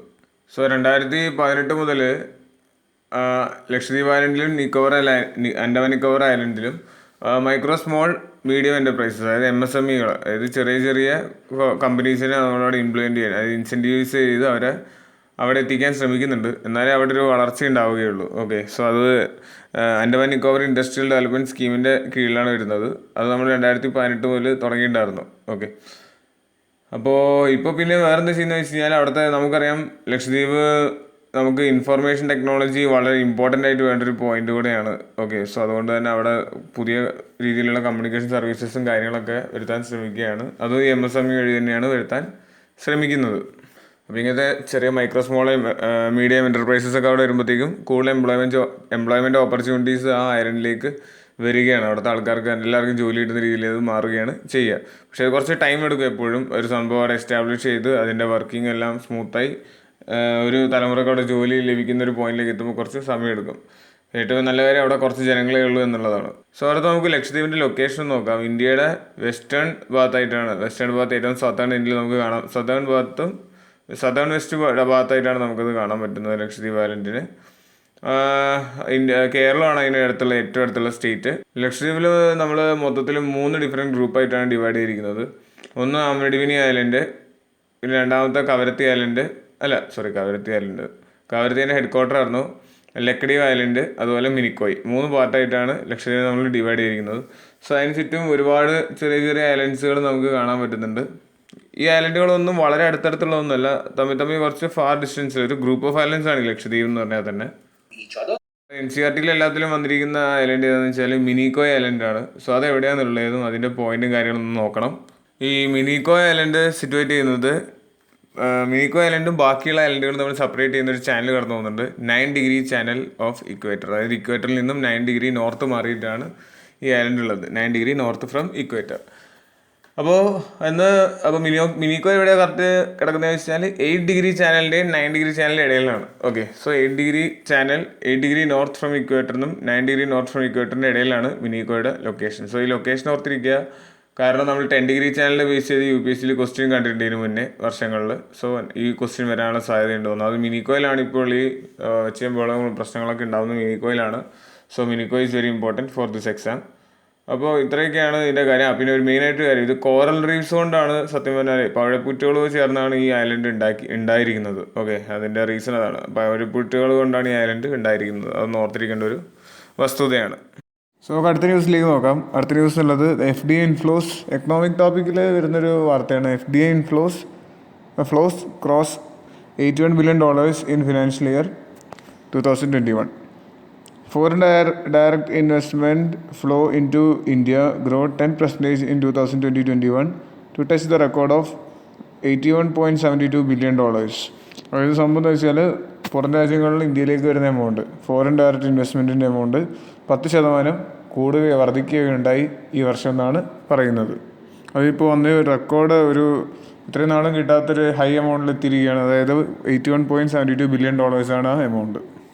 സോ അതിൽ തന്നെ വേറൊരു കാര്യം കൂടെ പറയുന്നുണ്ട്. With FDI equity inflow rising 19% to almost $60 billion. എന്ന് വെച്ചാൽ മൊത്തം വന്നിരിക്കുന്നത് $81 billion. അതിൽ 19%, അതായത് $60 billion പുറം രാജ്യത്ത് താമസിക്കുന്ന നോൺ റെസിഡൻസ് ഇന്ത്യയിലേക്ക് ഇൻവെസ്റ്റ് ചെയ്തിരിക്കുകയാണ്. അത്രയും മണി ഇന്ത്യയിലേക്ക് ഇൻഫ്ലോ ചെയ്തിരിക്കുകയാണ് ചെയ്യുന്നത്. ഓക്കെ, സോ അതൊരു വലിയൊരു നേട്ടം തന്നെയാണ് ഇന്ത്യയുടെ. സോ നമ്മുടെ ഇന്ത്യയിലേക്ക് FDI ഇൻവെസ്റ്റ് ചെയ്യുന്ന ടോപ്പ് ഇൻവെസ്റ്റേഴ്സ് ആരൊക്കെയാണ്, FDI എന്താണ് സംഭവം, അങ്ങനത്തെ കാര്യങ്ങളെല്ലാം നമ്മൾ അറിഞ്ഞിരിക്കണം. സോ അതിന് ടോപ്പ് ഇൻവെസ്റ്റേഴ്സ് ആരൊക്കെയാണെന്ന് നോക്കാം. സോ ഏറ്റവും കൂടുതൽ ഇൻവെസ്റ്റ് ചെയ്യുന്നത് സിംഗപ്പൂരാണ്. 31% ഇൻവെസ്റ്റ് ചെയ്തതിന് ടോട്ടൽ വന്നതിന് 31% സിംഗപ്പൂരിനാണ് വന്നിരിക്കുന്നത്. പിന്നെ USA, പിന്നെ മൗറീഷ്യസ്, ഇവർ 3 പേരാണ് വന്നിരിക്കുന്നത്. USA പേരൊന്നും ഇത്രയും നാളും നമ്മുടെ ഇന്ത്യൻ ഇൻവെസ്റ്റ്മെൻറ്റിൽ ടോപ്പിൽ വരാറില്ലായിരുന്നു. പക്ഷേ ഇപ്പോൾ കഴിഞ്ഞ 2 വർഷമായിട്ട് ഇന്ത്യൻ ഇൻവെസ്റ്റ്മെൻറ്റ് ഏറ്റവും കൂടുതൽ ചെയ്യുന്നത് USA ആണ്. ഓക്കെ, അടുത്ത ഇത് എങ്ങോട്ടേക്കൊക്കെയാണ് വന്നിരിക്കുന്നത് എന്നുള്ളതാണ് അടുത്ത് പറയാൻ പോകുന്നത്. സോ ഏറ്റവും കൂടുതൽ വന്നിരിക്കുന്നത് ഗുജറാത്തിലേക്കാണ്. 27% ഗുജറാത്തിലേക്കും പിന്നെ 27% മഹാരാഷ്ട്രയിലേക്കും വന്നിട്ടുണ്ട്. പിന്നെ കർണാടകയിലേക്ക് 13% ഫോറിൻ ഇൻവെസ്റ്റ്മെൻറ്റ് വന്നിട്ടുണ്ട്. അപ്പോൾ മൊത്തം വന്ന ഇൻവെസ്റ്റ്മെൻറ്റിൻ്റെ മൊത്തം ഇത് 3 ചേരുമ്പോൾ ഒരു 67% കിട്ടും. സോ മൊത്തം ഒരു വന്ന ഇൻവെസ്റ്റ്മെൻറ്റ് 2/3 വന്നിരിക്കുന്നത് ഈ 3 സ്റ്റേറ്റുകളിലേക്കാണ്. ഓക്കെ, അപ്പോൾ അതിൻ്റെ അർത്ഥം ഫോറിൻ കമ്പനികൾ ഏറ്റവും കൂടുതൽ ഇൻവെസ്റ്റ് ചെയ്യുന്നത് ഗുജറാത്ത്, മഹാരാഷ്ട്ര, കർണാടക സ്റ്റേറ്റുകളിലാണ്. ഇനി ഏതൊക്കെ സെക്ടേഴ്സിലാണ് ഏറ്റവും കൂടുതൽ ഫോറിൻ ഇൻവെസ്റ്റ്മെൻറ്റ് വന്നിരിക്കുന്നത് നോക്കാം. ഏറ്റവും കൂടുതൽ വന്നിരിക്കുന്നത് കമ്പ്യൂട്ടർ, സോഫ്റ്റ്വെയർ ആൻഡ് ഹാർഡ്വെയർ സെക്ടറിലാണ്. 44% ഇൻവെസ്റ്റ്മെൻറ്റ് അതിലേക്കാണ് വന്നിരിക്കുന്നത്. അതുപോലെ കൺസ്ട്രക്ഷൻ സെക്ടറിലേക്ക് 13% സർവീസ് സെക്ടറിലേക്ക് ആകെ 8% മാത്രമേ വന്നിട്ടുള്ളൂ. സോ ഇത് നമ്മുടെ പ്രിലിംസിനായാലും മെയിൻസിനായാലും വളരെ ഇമ്പോർട്ടൻ്റ് ആയ ഒരു ടോപ്പിക്കാണ്. പ്രിലിംസിനാണ് ഇന്ത്യൻ എക്കണോമി ബേസ് ചെയ്തതിൽ FDI എന്താണ്, അതിൻ്റെ ട്രെൻഡ് എന്താണ്, അതിൻ്റെ ഡയറക്ഷൻ എന്താണ് എല്ലാം വരാം. മെയിൻസ് പെർസെപ്ഷനിൽ ഇത് GS3 പേപ്പറിൽ FDI അതിൻ്റെ അനാലിസിസ് പ്രോസ് കോൺസ് എന്നുള്ള രീതിയിൽ ക്വസ്റ്റ്യൻസ് വരും. സോ അടുത്ത നമുക്ക് FDIയും FPIയും തമ്മിലുള്ള വ്യത്യാസം നോക്കാം. FDI FPI തമ്മിലുള്ള വ്യത്യാസം വളരെ വ്യക്തമായി മനസ്സിലാക്കിയിരിക്കേണ്ട ഒരു സാധനമാണ്. FDI എന്ന് വെച്ചാൽ ഫോറിൻ ഡയറക്റ്റ് ഇൻവെസ്റ്റ്മെൻറ്റ്, FPI തന്നെ ഫോറിൻ പോർട്ട്ഫോളിയോ ഇൻവെസ്റ്റ്മെൻറ്റ്. സോ തമ്മിൽ എന്താ വ്യത്യാസം നോക്കാം. FDI ഉദ്ദേശിക്കുന്നത് it is A long term investment. Long term തന്നെ ഒരുപാട് നാളത്തേക്കുള്ള ഇൻവെസ്റ്റ്മെൻറ്റാണ് FDI എന്നുള്ളത്. അതായത് ഇപ്പോൾ നമുക്കറിയാം മക്ഡൊണാൾഡ്സൊക്കെ ഒരുപാട് വർഷങ്ങളിലേക്ക്, അല്ലെങ്കിൽ സുസുക്കിയൊക്കെ 10-20 വർഷങ്ങളായി ഇന്ത്യയിലേക്ക് ഇൻവെസ്റ്റ് ചെയ്യുന്നത്. അപ്പോൾ അങ്ങനെ ലോങ് ടേമിലേക്ക് ഫോക്കസ് ചെയ്യുന്ന ഇൻവെസ്റ്റ്മെൻറ്റാണ് നമ്മൾ FDI എന്ന് വിളിക്കുന്നത്. FPI എന്ന് പറയുമ്പോൾ അത് കുറച്ച് കാലത്തേക്ക് മാത്രമല്ല, ഷോർട്ട് ടേം ഇൻവെസ്റ്റ്മെൻറ്റാണ് FPI എന്നുള്ളത്. അടുത്ത രണ്ടാമത്തെ ഇൻവെസ്റ്റ്മെൻറ്റ് ഇൻ ഫിസിക്കൽ അസറ്റ്സ്. ഫിസിക്കലായിട്ട് ഇവിടെ പലത് ഇൻഫ്രാസ്ട്രക്ചേഴ്സ് പണി അങ്ങനത്തേലൊക്കെ ഇൻവെസ്റ്റ് ചെയ്യുന്നതിനാണ് നമ്മൾ FDI എന്ന് വിളിക്കുക, ലോങ് ടേം നിലനിൽക്കുന്നത്. മറ്റേ FPI എന്ന് പറയുമ്പോഴത്തേക്ക് അവർ ഫിനാൻഷ്യൽ അസറ്റ്സുകൾ, അതായത് അതിൻ്റെ ഇൻട്രസ്റ്റ് റേറ്റ് കിട്ടുന്ന രീതിയിലുള്ള ഫിനാൻഷ്യൽ അസറ്റുകൾ അല്ലെങ്കിൽ റെൻറ്റിന് കൊടുക്കുക, അങ്ങനത്തെ ചില കാര്യങ്ങളിലായിരിക്കും അവർ ഇൻവെസ്റ്റ് ചെയ്തിട്ടുണ്ടാവുക. സോ അതിനെയാണ് FPI എന്ന് വിളിക്കുന്നത്. അടുത്ത point, aim to increase enterprise capacity or productivity or change management control. അതായത് ഒരു കാർ കമ്പനിയാണെന്ന് ഇരിക്കുക, കാർ കമ്പനിയാണെങ്കിൽ അവരെപ്പോഴും അവരുടെ കാറിൻ്റെ സെയിൽ എപ്പോഴും കൂട്ടാൻ ശ്രമിക്കും, അല്ലെങ്കിൽ പ്രൊഡക്ടിവിറ്റി ഇൻക്രീസ് ചെയ്യാൻ ശ്രമിക്കും, അല്ലെങ്കിൽ മാനേജ്മെൻറ്റ് സിസ്റ്റം അവരെപ്പോഴും മാറ്റിക്കൊണ്ടേയിരിക്കും. അപ്പോൾ അവരുടെ FDIയുടെ എമൗണ്ട് 50%-നേക്കാളും മുകളിൽ പോവുകയാണ്. അതായത് 51% എത്തിക്കാൻ അതിൻ്റെ അർത്ഥം അവരിവിടുത്തെ മെജോറിറ്റി ആയി മാറി, അതായത് മേജറായിട്ടുള്ളൊരു ബിസിനസ് ചെയ്യുന്ന ആൾക്കാരായി മാറി എന്നാണ് അതിൻ്റെ അർത്ഥം. പക്ഷേ FPI ഉദ്ദേശിക്കുന്നത് അങ്ങനെയല്ല. FPI aim to increase capital availability, കൂടുതൽ ഫണ്ട് അവൈലബിൾ ആക്കുക എന്നുള്ളതാണ് അവരുടെ ഉദ്ദേശം. ഫിനാൻഷ്യൽ അസറ്റ്സിലാണ് അവർ ഇൻവെസ്റ്റ് ചെയ്യുന്നത് നേരത്തെ പറഞ്ഞിരുന്നു. അതായത് ഇപ്പോൾ ഒരു കമ്പനിക്ക് $100 ബില്യൺ അവർ പൈസ എന്ന രീതിയിൽ ഇൻവെസ്റ്റ് ചെയ്യാണ് ആ കമ്പനിയിലേക്ക്. അപ്പോൾ ആ കമ്പനിയിൽ നിന്നുള്ള ഇൻട്രസ്റ്റ് റേറ്റ് അവർക്ക് ലഭിച്ചുകൊണ്ടേയിരിക്കും. അങ്ങനത്തെ ക്യാപിറ്റൽ അവൈലബിലിറ്റി അവർ കൂടുതൽ കൊടുത്തുകൊണ്ടേയിരിക്കും. അപ്പോൾ അതാണ് FPIയുടെ ഉദ്ദേശം. അടുത്ത FDIയുടെ പോയിന്റ് എന്താ വെച്ചാൽ it leads to technology transfer. ഇപ്പോൾ നമ്മുടെ രാജ്യത്തുള്ളതല്ല ആപ്പിൾ കമ്പനി, അത് US കമ്പനി ആയിരുന്നു. പക്ഷേ ഇവിടെ വന്നിട്ട് ഇവിടെ ഒരു കമ്പനിയിലേക്ക് ഇൻവെസ്റ്റ് ചെയ്ത് അവർ ഇവിടുത്തെ ഒരു കമ്പനിയായി മാറി. ഇപ്പോൾ ഇവിടെ നിന്നാണ് പ്രൊഡക്ഷൻ നടത്തുന്നത്. സോ അവർ ടെക്നോളജി ട്രാൻസ്ഫർ നടക്കുന്നുണ്ട്. അതുപോലെ ഇന്ത്യൻ മാർക്കറ്റ് അവർക്ക് നന്നായി ആക്സസ് ചെയ്യാൻ പറ്റുന്നുണ്ട്. മേക്ക് ഇൻ ഇന്ത്യ പ്രൊഡക്റ്റായി മാറ്റിയത്. അതുപോലെ എല്ലാം മാനേജ് ചെയ്യാൻ പറ്റും അവർക്ക്. അപ്പോൾ അതാണ് എൻ്റെ എക്സാമ്പിൾ. പക്ഷേ FPI എന്ന് പറയുമ്പോൾ അങ്ങനെയല്ല. അവർ പൈസ ഈ രാജ്യത്തേക്ക് അയക്കുക എന്നുള്ള കാര്യം മാത്രമേ അവർ നോക്കുന്നുള്ളൂ, ക്യാപിറ്റൽ ഇൻഫ്ലോ മാത്രമേ അവർ നോക്കുന്നുള്ളൂ. ഓക്കെ, FDIയുടെ ഇൻഫ്ലുവൻസ് വരുന്നത്, FDI flow into foreign money എങ്ങോട്ട് വരുന്നത് പ്രൈമറി മാർക്കറ്റിലേക്കാണ്, നേരിട്ട് യൂസറിലേക്കാണ് എത്തുന്നത്. പക്ഷേ FPIയുടെ ഇൻഫ്ലുവൻസ് ഇതിലേക്ക് വരുന്നത് സെക്കൻഡറി മാർക്കറ്റാണ്, അല്ലെങ്കിൽ സ്റ്റോക്ക് മാർക്കറ്റ് എന്ന് പറയാം. ആ മണിയുടെ ഇൻഫ്ലോ മാത്രമേ അവിടെ വരുന്നുള്ളൂ, നേരിട്ട് നമ്മളൊരാളിലേക്ക് അത് ആക്സസബിൾ ആയിട്ട് വരുന്നില്ല. ഒരു രാജ്യത്ത് ഇൻവെസ്റ്റ് ചെയ്യുന്ന FDIയിൽ നിന്നും നമ്മൾ പോകാനോ അല്ലെങ്കിൽ എൻട്രി ചെയ്യാനോ ഭയങ്കര പാടാണ്. Entry and exit is relatively difficult. കാരണം എന്താ വെച്ചാൽ ഒരു കമ്പനി, ഇപ്പോൾ സുസുക്കി കമ്പനിക്ക് പെട്ടെന്ന് ഇന്ത്യയിൽ നിന്ന് സ്റ്റോപ്പ് ചെയ്ത് പോകാൻ പറ്റില്ല. കാരണം സുസുക്കി അത്രയും ഇവിടെ ഇൻവെസ്റ്റ് ചെയ്തിട്ടുണ്ട്, അത്രയും ഫിസിക്കൽ അസറ്റ്സുകളിൽ ഇൻവെസ്റ്റ് ചെയ്തിട്ടുണ്ട്. ഓക്കെ, സോ അതുകൊണ്ട് പെട്ടെന്ന് നമുക്ക് അതിനെ റിമൂവ് ചെയ്ത് പോകാനൊന്നും പറ്റില്ല. പക്ഷേ FPIയിൽ അങ്ങനെയല്ല. FPIയിൽ നമുക്ക് എപ്പോൾ വേണമെങ്കിലും എക്സിറ്റ് ചെയ്ത് പോകാൻ പറ്റും. ആ എമൗണ്ട് നമുക്ക് തിരിച്ചെടുത്തിട്ട് അല്ലെങ്കിൽ എമൗണ്ട് ക്യാൻസൽ ചെയ്ത് നമുക്ക് പോകാൻ പറ്റും. സോ അതാണ് അതിൻ്റെ ഒരു പ്രത്യേകത. കാരണം നമ്മളിവിടെ ഫിസിക്കൽ ഇൻവെസ്റ്റ്മെൻ്റ് ഒന്നും നടത്തില്ല, ക്യാഷ് ഫ്ലോ മാത്രമേ ഇവിടെ നടക്കുന്നുള്ളൂ. അതുപോലെ FDI is eligible for the profit of the company. അതെ, പ്രോഫിറ്റ്. കാരണം കമ്പനി ഇവിടെ എന്തോരം ഗ്രോ ചെയ്യുന്ന അതിൻ്റെ പ്രോഫിറ്റ് അവർക്ക് എടുക്കുകയും ചെയ്യാം. അത് FDAക്ക് അങ്ങനെ എലിജിബിലിറ്റി ഉണ്ട്. പക്ഷേ FPAക്ക് അതില്ല. അവർക്ക് ക്യാപിറ്റൽ ഗെയിൻ, അവർ എത്രയാണ് അവിടെ തുടക്കത്തിൽ ഇൻവെസ്റ്റ് ചെയ്ത് അതേ അവർക്ക് തിരിച്ചു കിട്ടുന്നുള്ളൂ. ഓക്കെ, സോ ക്യാപിറ്റൽ ഗെയിൻ മാത്രമേ അവിടെ സംഭവിക്കുന്നുള്ളൂ. അടുത്ത പറയുന്നത് FDA does not tend to speculative ചെയ്യുന്ന ഊഹക്കച്ചവടം എന്നാണ് പറയുന്നത്. അതായത് FDA എന്നുള്ളതൊരു ഒരു ഇൻവെസ്റ്റ്മെൻ്റ് ആണ്, ഫിസിക്കൽ ഇൻവെസ്റ്റ്മെൻ്റ് ആണ്. സോ അത് നമുക്കത് പ്രെഡിക്റ്റ് ചെയ്യാൻ പറ്റും, എങ്ങനെ മുന്നോട്ടിന് എന്ത് സംഭവിക്കും, എന്ത് ചേഞ്ച് വരുന്നുള്ളത് പ്രെഡിക്റ്റ് ചെയ്യാൻ പറ്റും. പക്ഷെ മറ്റേ എങ്ങനെയല്ല, that tend to be speculative. അതുകൊണ്ട് നമ്മൾ അതായത് അതിൻ്റെ ഇപ്പോൾ നമ്മുടെ എന്താ പറയുക, ഷെയർ ഇടിയാം, ഉയരാം, കമ്പനിയുടെ ചേഞ്ച് വരാം. സോ അങ്ങനെ എന്തും സംഭവിക്കാം. ഓക്കെ, അതൊരു സ്പെക്കുലേറ്റീവ് ആയൊരു സംഭവമാണ്.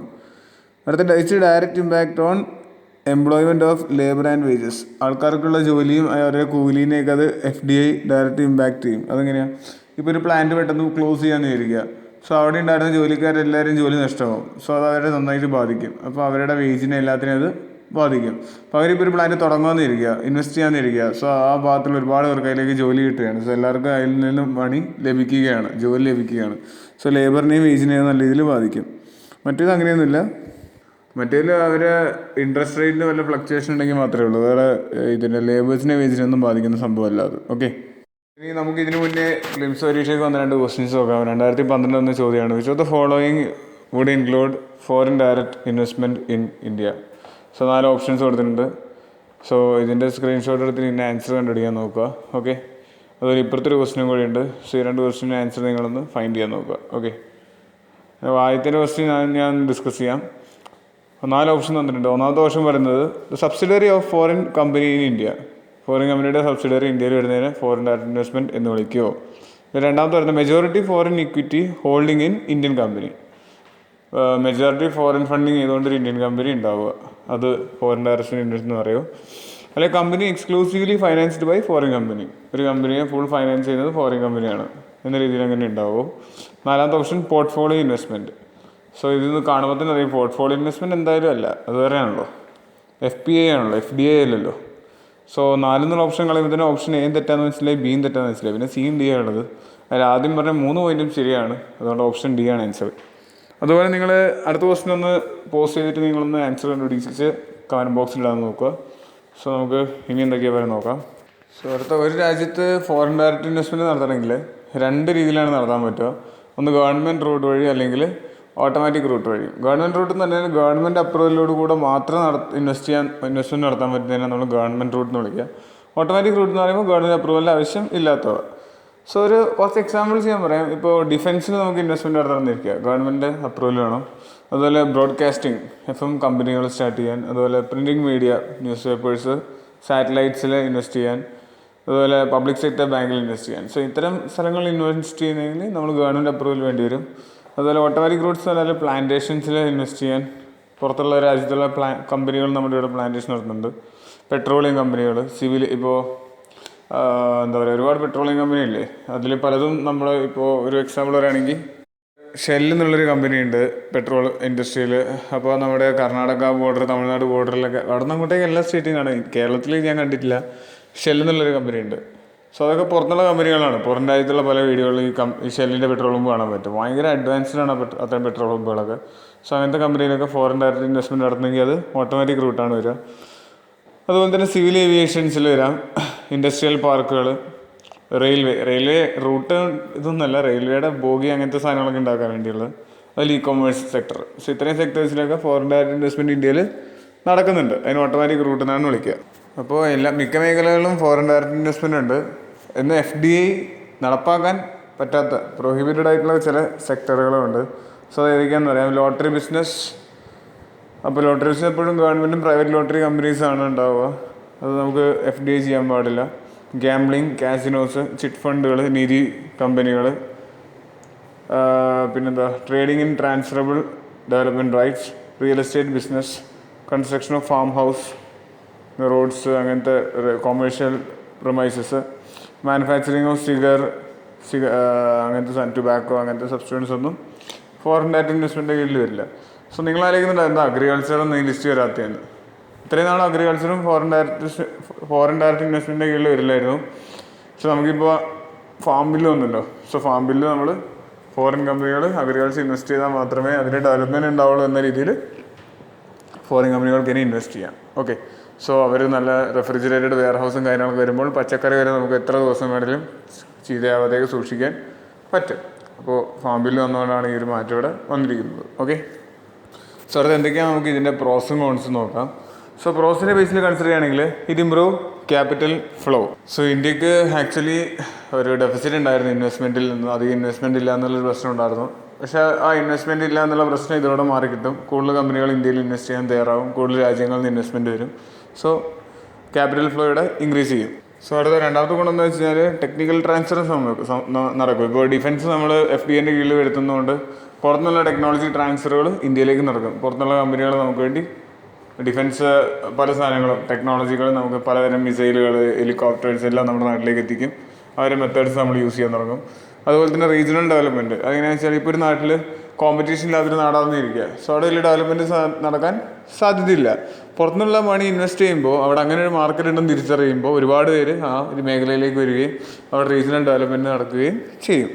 അപ്പോൾ അങ്ങനെ പിന്നെ increase competition that benefit the economy. പുറത്തുനിന്നുള്ള വാഹനങ്ങൾ, ഇപ്പോൾ എക്സാമ്പിൾ വാഹനങ്ങൾ പുറത്തുനിന്ന് ഇന്ത്യയിലേക്ക് ഇമ്പോർട്ട് ചെയ്യുന്നു. ഹുണ്ടായി തുടങ്ങിയ വാഹനങ്ങളൊക്കെ പുറത്തുനിന്ന് വരുന്നു. സോ ഇന്ത്യൻ കമ്പനികൾ കൂടുതൽ എന്താ പറയുക, മാർക്കറ്റ് കീഴടക്കാൻ വേണ്ടി അല്ലെങ്കിൽ ഇന്ത്യയിൽ അവർ ഇൻവെസ്റ്റ് ചെയ്ത് ഇന്ത്യയിൽ നിന്ന് തന്നെ പ്രൊഡ്യൂസ് ചെയ്യാൻ അവർക്ക് കൂടുതൽ ലാഭം ഉണ്ടാക്കാൻ പറ്റും. സോ അങ്ങനെ ഇന്ത്യൻ കമ്പനികളും ഡെവലപ്പ് ചെയ്യും. ഇപ്പോൾ നമ്മൾ ടാറ്റ ഡെവലപ്പ് ചെയ്ത പോലെ. സോ അങ്ങനത്തെ ഒരുപാട് ഗുണങ്ങളുണ്ട്. അതുപോലെ favourable balance of payment by foreign direct investment. പിന്നെ അടുത്ത് ഇൻക്രീസ് എംപ്ലോയ്മെൻറ്റ് ഓപ്പർച്യൂണിറ്റി. മനസ്സിലായല്ലോ. സോ ഇതൊക്കെയാണ് ഇതിൻ്റെ പ്രോസ്. ഇനി ഇതിൻ്റെ കൊണ്ടുള്ള കോൺസ് എന്തൊക്കെയാണെന്ന് നോക്കാം. Low level of research and development. Okay, അതിപ്പോൾ ഒരു പുറത്തുനിന്നുള്ള രാജ്യം അവർ കണ്ടുപിടിച്ചൊരു കാര്യം നമുക്കത് നമ്മളായിട്ട് ഷെയർ ചെയ്യില്ല. ടെക്നോളജിക്കൽ ഷെയറിങ് ചെയ്യാൻ അവർക്ക് ഇൻട്രസ്റ്റ് ഉണ്ടാവില്ല. ഓക്കെ, അത് ഇന്ത്യൻ മാർക്കറ്റിൽ നിലനിൽക്കുന്ന രീതിയിലുള്ള പ്രൊഡക്ട്സ് ആയിരിക്കും അവർ കൂടുതലും ഫോക്കസ് ചെയ്യുന്നുണ്ടാവുക. അടുത്ത പോയിൻ്റാണ് increase the risk of capital outflow. അതായത് നമ്മുടെ നാട്ടിൽ നിന്ന് അവരുണ്ടാക്കുന്ന പ്രോഫിറ്റ് ഇവിടുന്ന് പുറം രാജ്യങ്ങളിലേക്ക് പോവുകയാണ് ചെയ്യുക. സോ അവർക്ക് കൂടുതൽ ക്യാപിറ്റൽ അവർക്ക് ലഭിക്കുകയാണ്. ക്യാപിറ്റലിന് നല്ലൊരു എമൗണ്ട് ഇന്ത്യയിൽ നിന്ന് പുറത്തേക്ക് പോവുകയാണ് ചെയ്യുക. ഇതാണ് രണ്ടാമത്തെ റിസ്ക്. സോ അടുത്ത പോയിൻ്റാണ് stifling of domestic competitions and entrepreneurship. അതായത് ഇപ്പോൾ നമ്മളൊരു ഫോറിൻ ഇൻവെസ്റ്റ്മെൻറ്റ് നടന്ന വലിയൊരു MNC, ഫോർ എക്സാമ്പിൾ എടുക്കുകയാണെങ്കിൽ ഇപ്പോൾ ആമസോൺ എടുക്കാം. ആമസോണാണ് ഇ-കൊമേഴ്സിലുള്ള ഏറ്റവും വലിയ കമ്പനി. സോ ആമസോണിന് അതുകൊണ്ട് തന്നെ ഏറ്റവും കൂടുതൽ സെയിൽ നടക്കുന്നതുകൊണ്ട് തന്നെ അവർക്ക് വളരെ ഹൈ റേറ്റിലുള്ള ഡിസ്കൗണ്ടും കാര്യങ്ങളും പ്രൊവൈഡ് ചെയ്യാൻ പറ്റും. സോ അപ്പോൾ അത് എന്തിനെ ബാധിക്കുന്നത് വെച്ചാൽ നമ്മുടെ ഡൊമസ്റ്റിക് ആയിട്ടുള്ള, അതായത് ഇന്ത്യയിലുള്ള ചില ഇ-കൊമേഴ്സ് കമ്പനികളായ മിന്ത്ര, സ്നാപ്ഡീൽ, ഷോപ്പ് ക്ലൂസ് തുടങ്ങിയ കമ്പനികൾക്ക് ആമസോണിൻ്റെ അത്രയും പ്രോഫിറ്റ് ഇല്ലാത്തതുകൊണ്ട് തന്നെ അത്രയും ഡിസ്കൗണ്ട് ഒന്നും കൊടുക്കാൻ പറ്റില്ല. അപ്പോൾ ആൾക്കാർ അതിലേക്ക് ഒരു സാധനം വാങ്ങുന്നതിൻ്റെ എമൗണ്ട് ശരിക്കും കുറയും. അപ്പോൾ ഇതാണ് ഇഷ്യൂ. അപ്പോൾ ഈ ഡൊമസ്റ്റിക് ആയിട്ടുള്ള പല കമ്പനികളും അതുകൊണ്ട് പൂട്ടിപ്പോകാനുള്ള സാധ്യതയുണ്ട്. പിന്നെ അടുത്ത പോയിന്റ് പറയുന്നത് the erosion of host culture. നമ്മുടെ ഇവിടെ ഉണ്ടാകുന്ന ഒരു കൾച്ചറിന് അത് കുറച്ച് ചേഞ്ചസ് സംഭവിക്കുന്നതാണ് പറയുന്നത്. ഡൊമസ്റ്റിക് കൾച്ചറിന് ചേഞ്ച് സംഭവിക്കുന്ന പറയുന്നത്. അതുപോലെ disruption of domestic business practice. നമ്മുടെ ഇവിടെ ഉണ്ടായിരുന്ന ബിസിനസ് പ്രാക്ടീസ് തകരും. ഇത്രയും നാൾ നിലനിരുന്ന സെറ്റപ്പൊക്കെ മാറും. അതുപോലെ തന്നെ risk of interference by foreign government. Foreign ഗവൺമെൻറ്റിൽ നമ്മുടെ രാജ്യത്ത് ഇൻ്റർഫിയർ ചെയ്യാനുള്ളൊരു സാധ്യത കാണുന്നുണ്ട്. ഈ അടുത്ത് ഇവിടെ വാട്സാപ്പിൽ പോളിസി ചേഞ്ച് വന്നതുപോലെ, അല്ലെങ്കിൽ ടിക്ടോക്കിലും ചൈനയും ഇന്ത്യയും തമ്മിലുണ്ടായ ഇഷ്യൂ പോലെ. സോ അങ്ങനത്തെ കാര്യങ്ങൾ ഇൻക്രീസ് ചെയ്യാണ് ചെയ്യുക ഫോറിൻ ഇൻവെസ്റ്റ്മെൻറ്റ് കൂടുമ്പോൾ. ഓക്കെ, സോ ഇതൊക്കെയാണ് ഇതിൻ്റെ കോൺസ്. അപ്പോൾ ഇതൊക്കെയാണ് FDIയുടെ പ്രോസും കോൺസും. സോ നിങ്ങൾ ആൻസർ റൈറ്റിംഗ് ഈ പോയിൻ്റ് എല്ലാം അനലൈസിസ് ആയ രീതിയിലുള്ള ക്വസ്റ്റ്യൻസ് FDI എന്ന് പ്രതീക്ഷിക്കാം. സോ ഇത്രയും പോയിൻറ്റ്സൊക്കെ ഓർത്തിരിക്കുക. ഓക്കെ, സോ നമുക്കിനി അടുത്ത ആർട്ടിക്കിളിലേക്ക് പോകാം. സോ അത്രയേ ഉള്ളൂ ഇന്നത്തെ ആർട്ടിക്കിൾ. അപ്പോൾ നമ്മൾ ഇന്നത്തെ ആർട്ടിക്കിൾസിൽ കഴിഞ്ഞ ദിവസം മിസ്സായ ലക്ഷദ്വീപിൻ്റെ ടോപ്പിക്കൊക്കെ ആഡ് ചെയ്തിട്ടുണ്ട്. പിന്നെ ഞാൻ ഒരു കാര്യം പറയുന്നത്, ഈ ലക്ഷദ്വീപിൽ കുറച്ച് അപ്ഡേഷൻ വന്നിട്ടുണ്ട്. അപ്പോൾ അത് നമ്മൾ ഇന്നലത്തെ ന്യൂസിൽ ഓൾറെഡി കവർ ആയിട്ടുണ്ട്. അപ്പോൾ ആ NS എല്ലാവരും വാച്ച് ചെയ്യുക. സോ റിവൈസ് ചെയ്യുക. So thank you for watching. Okay.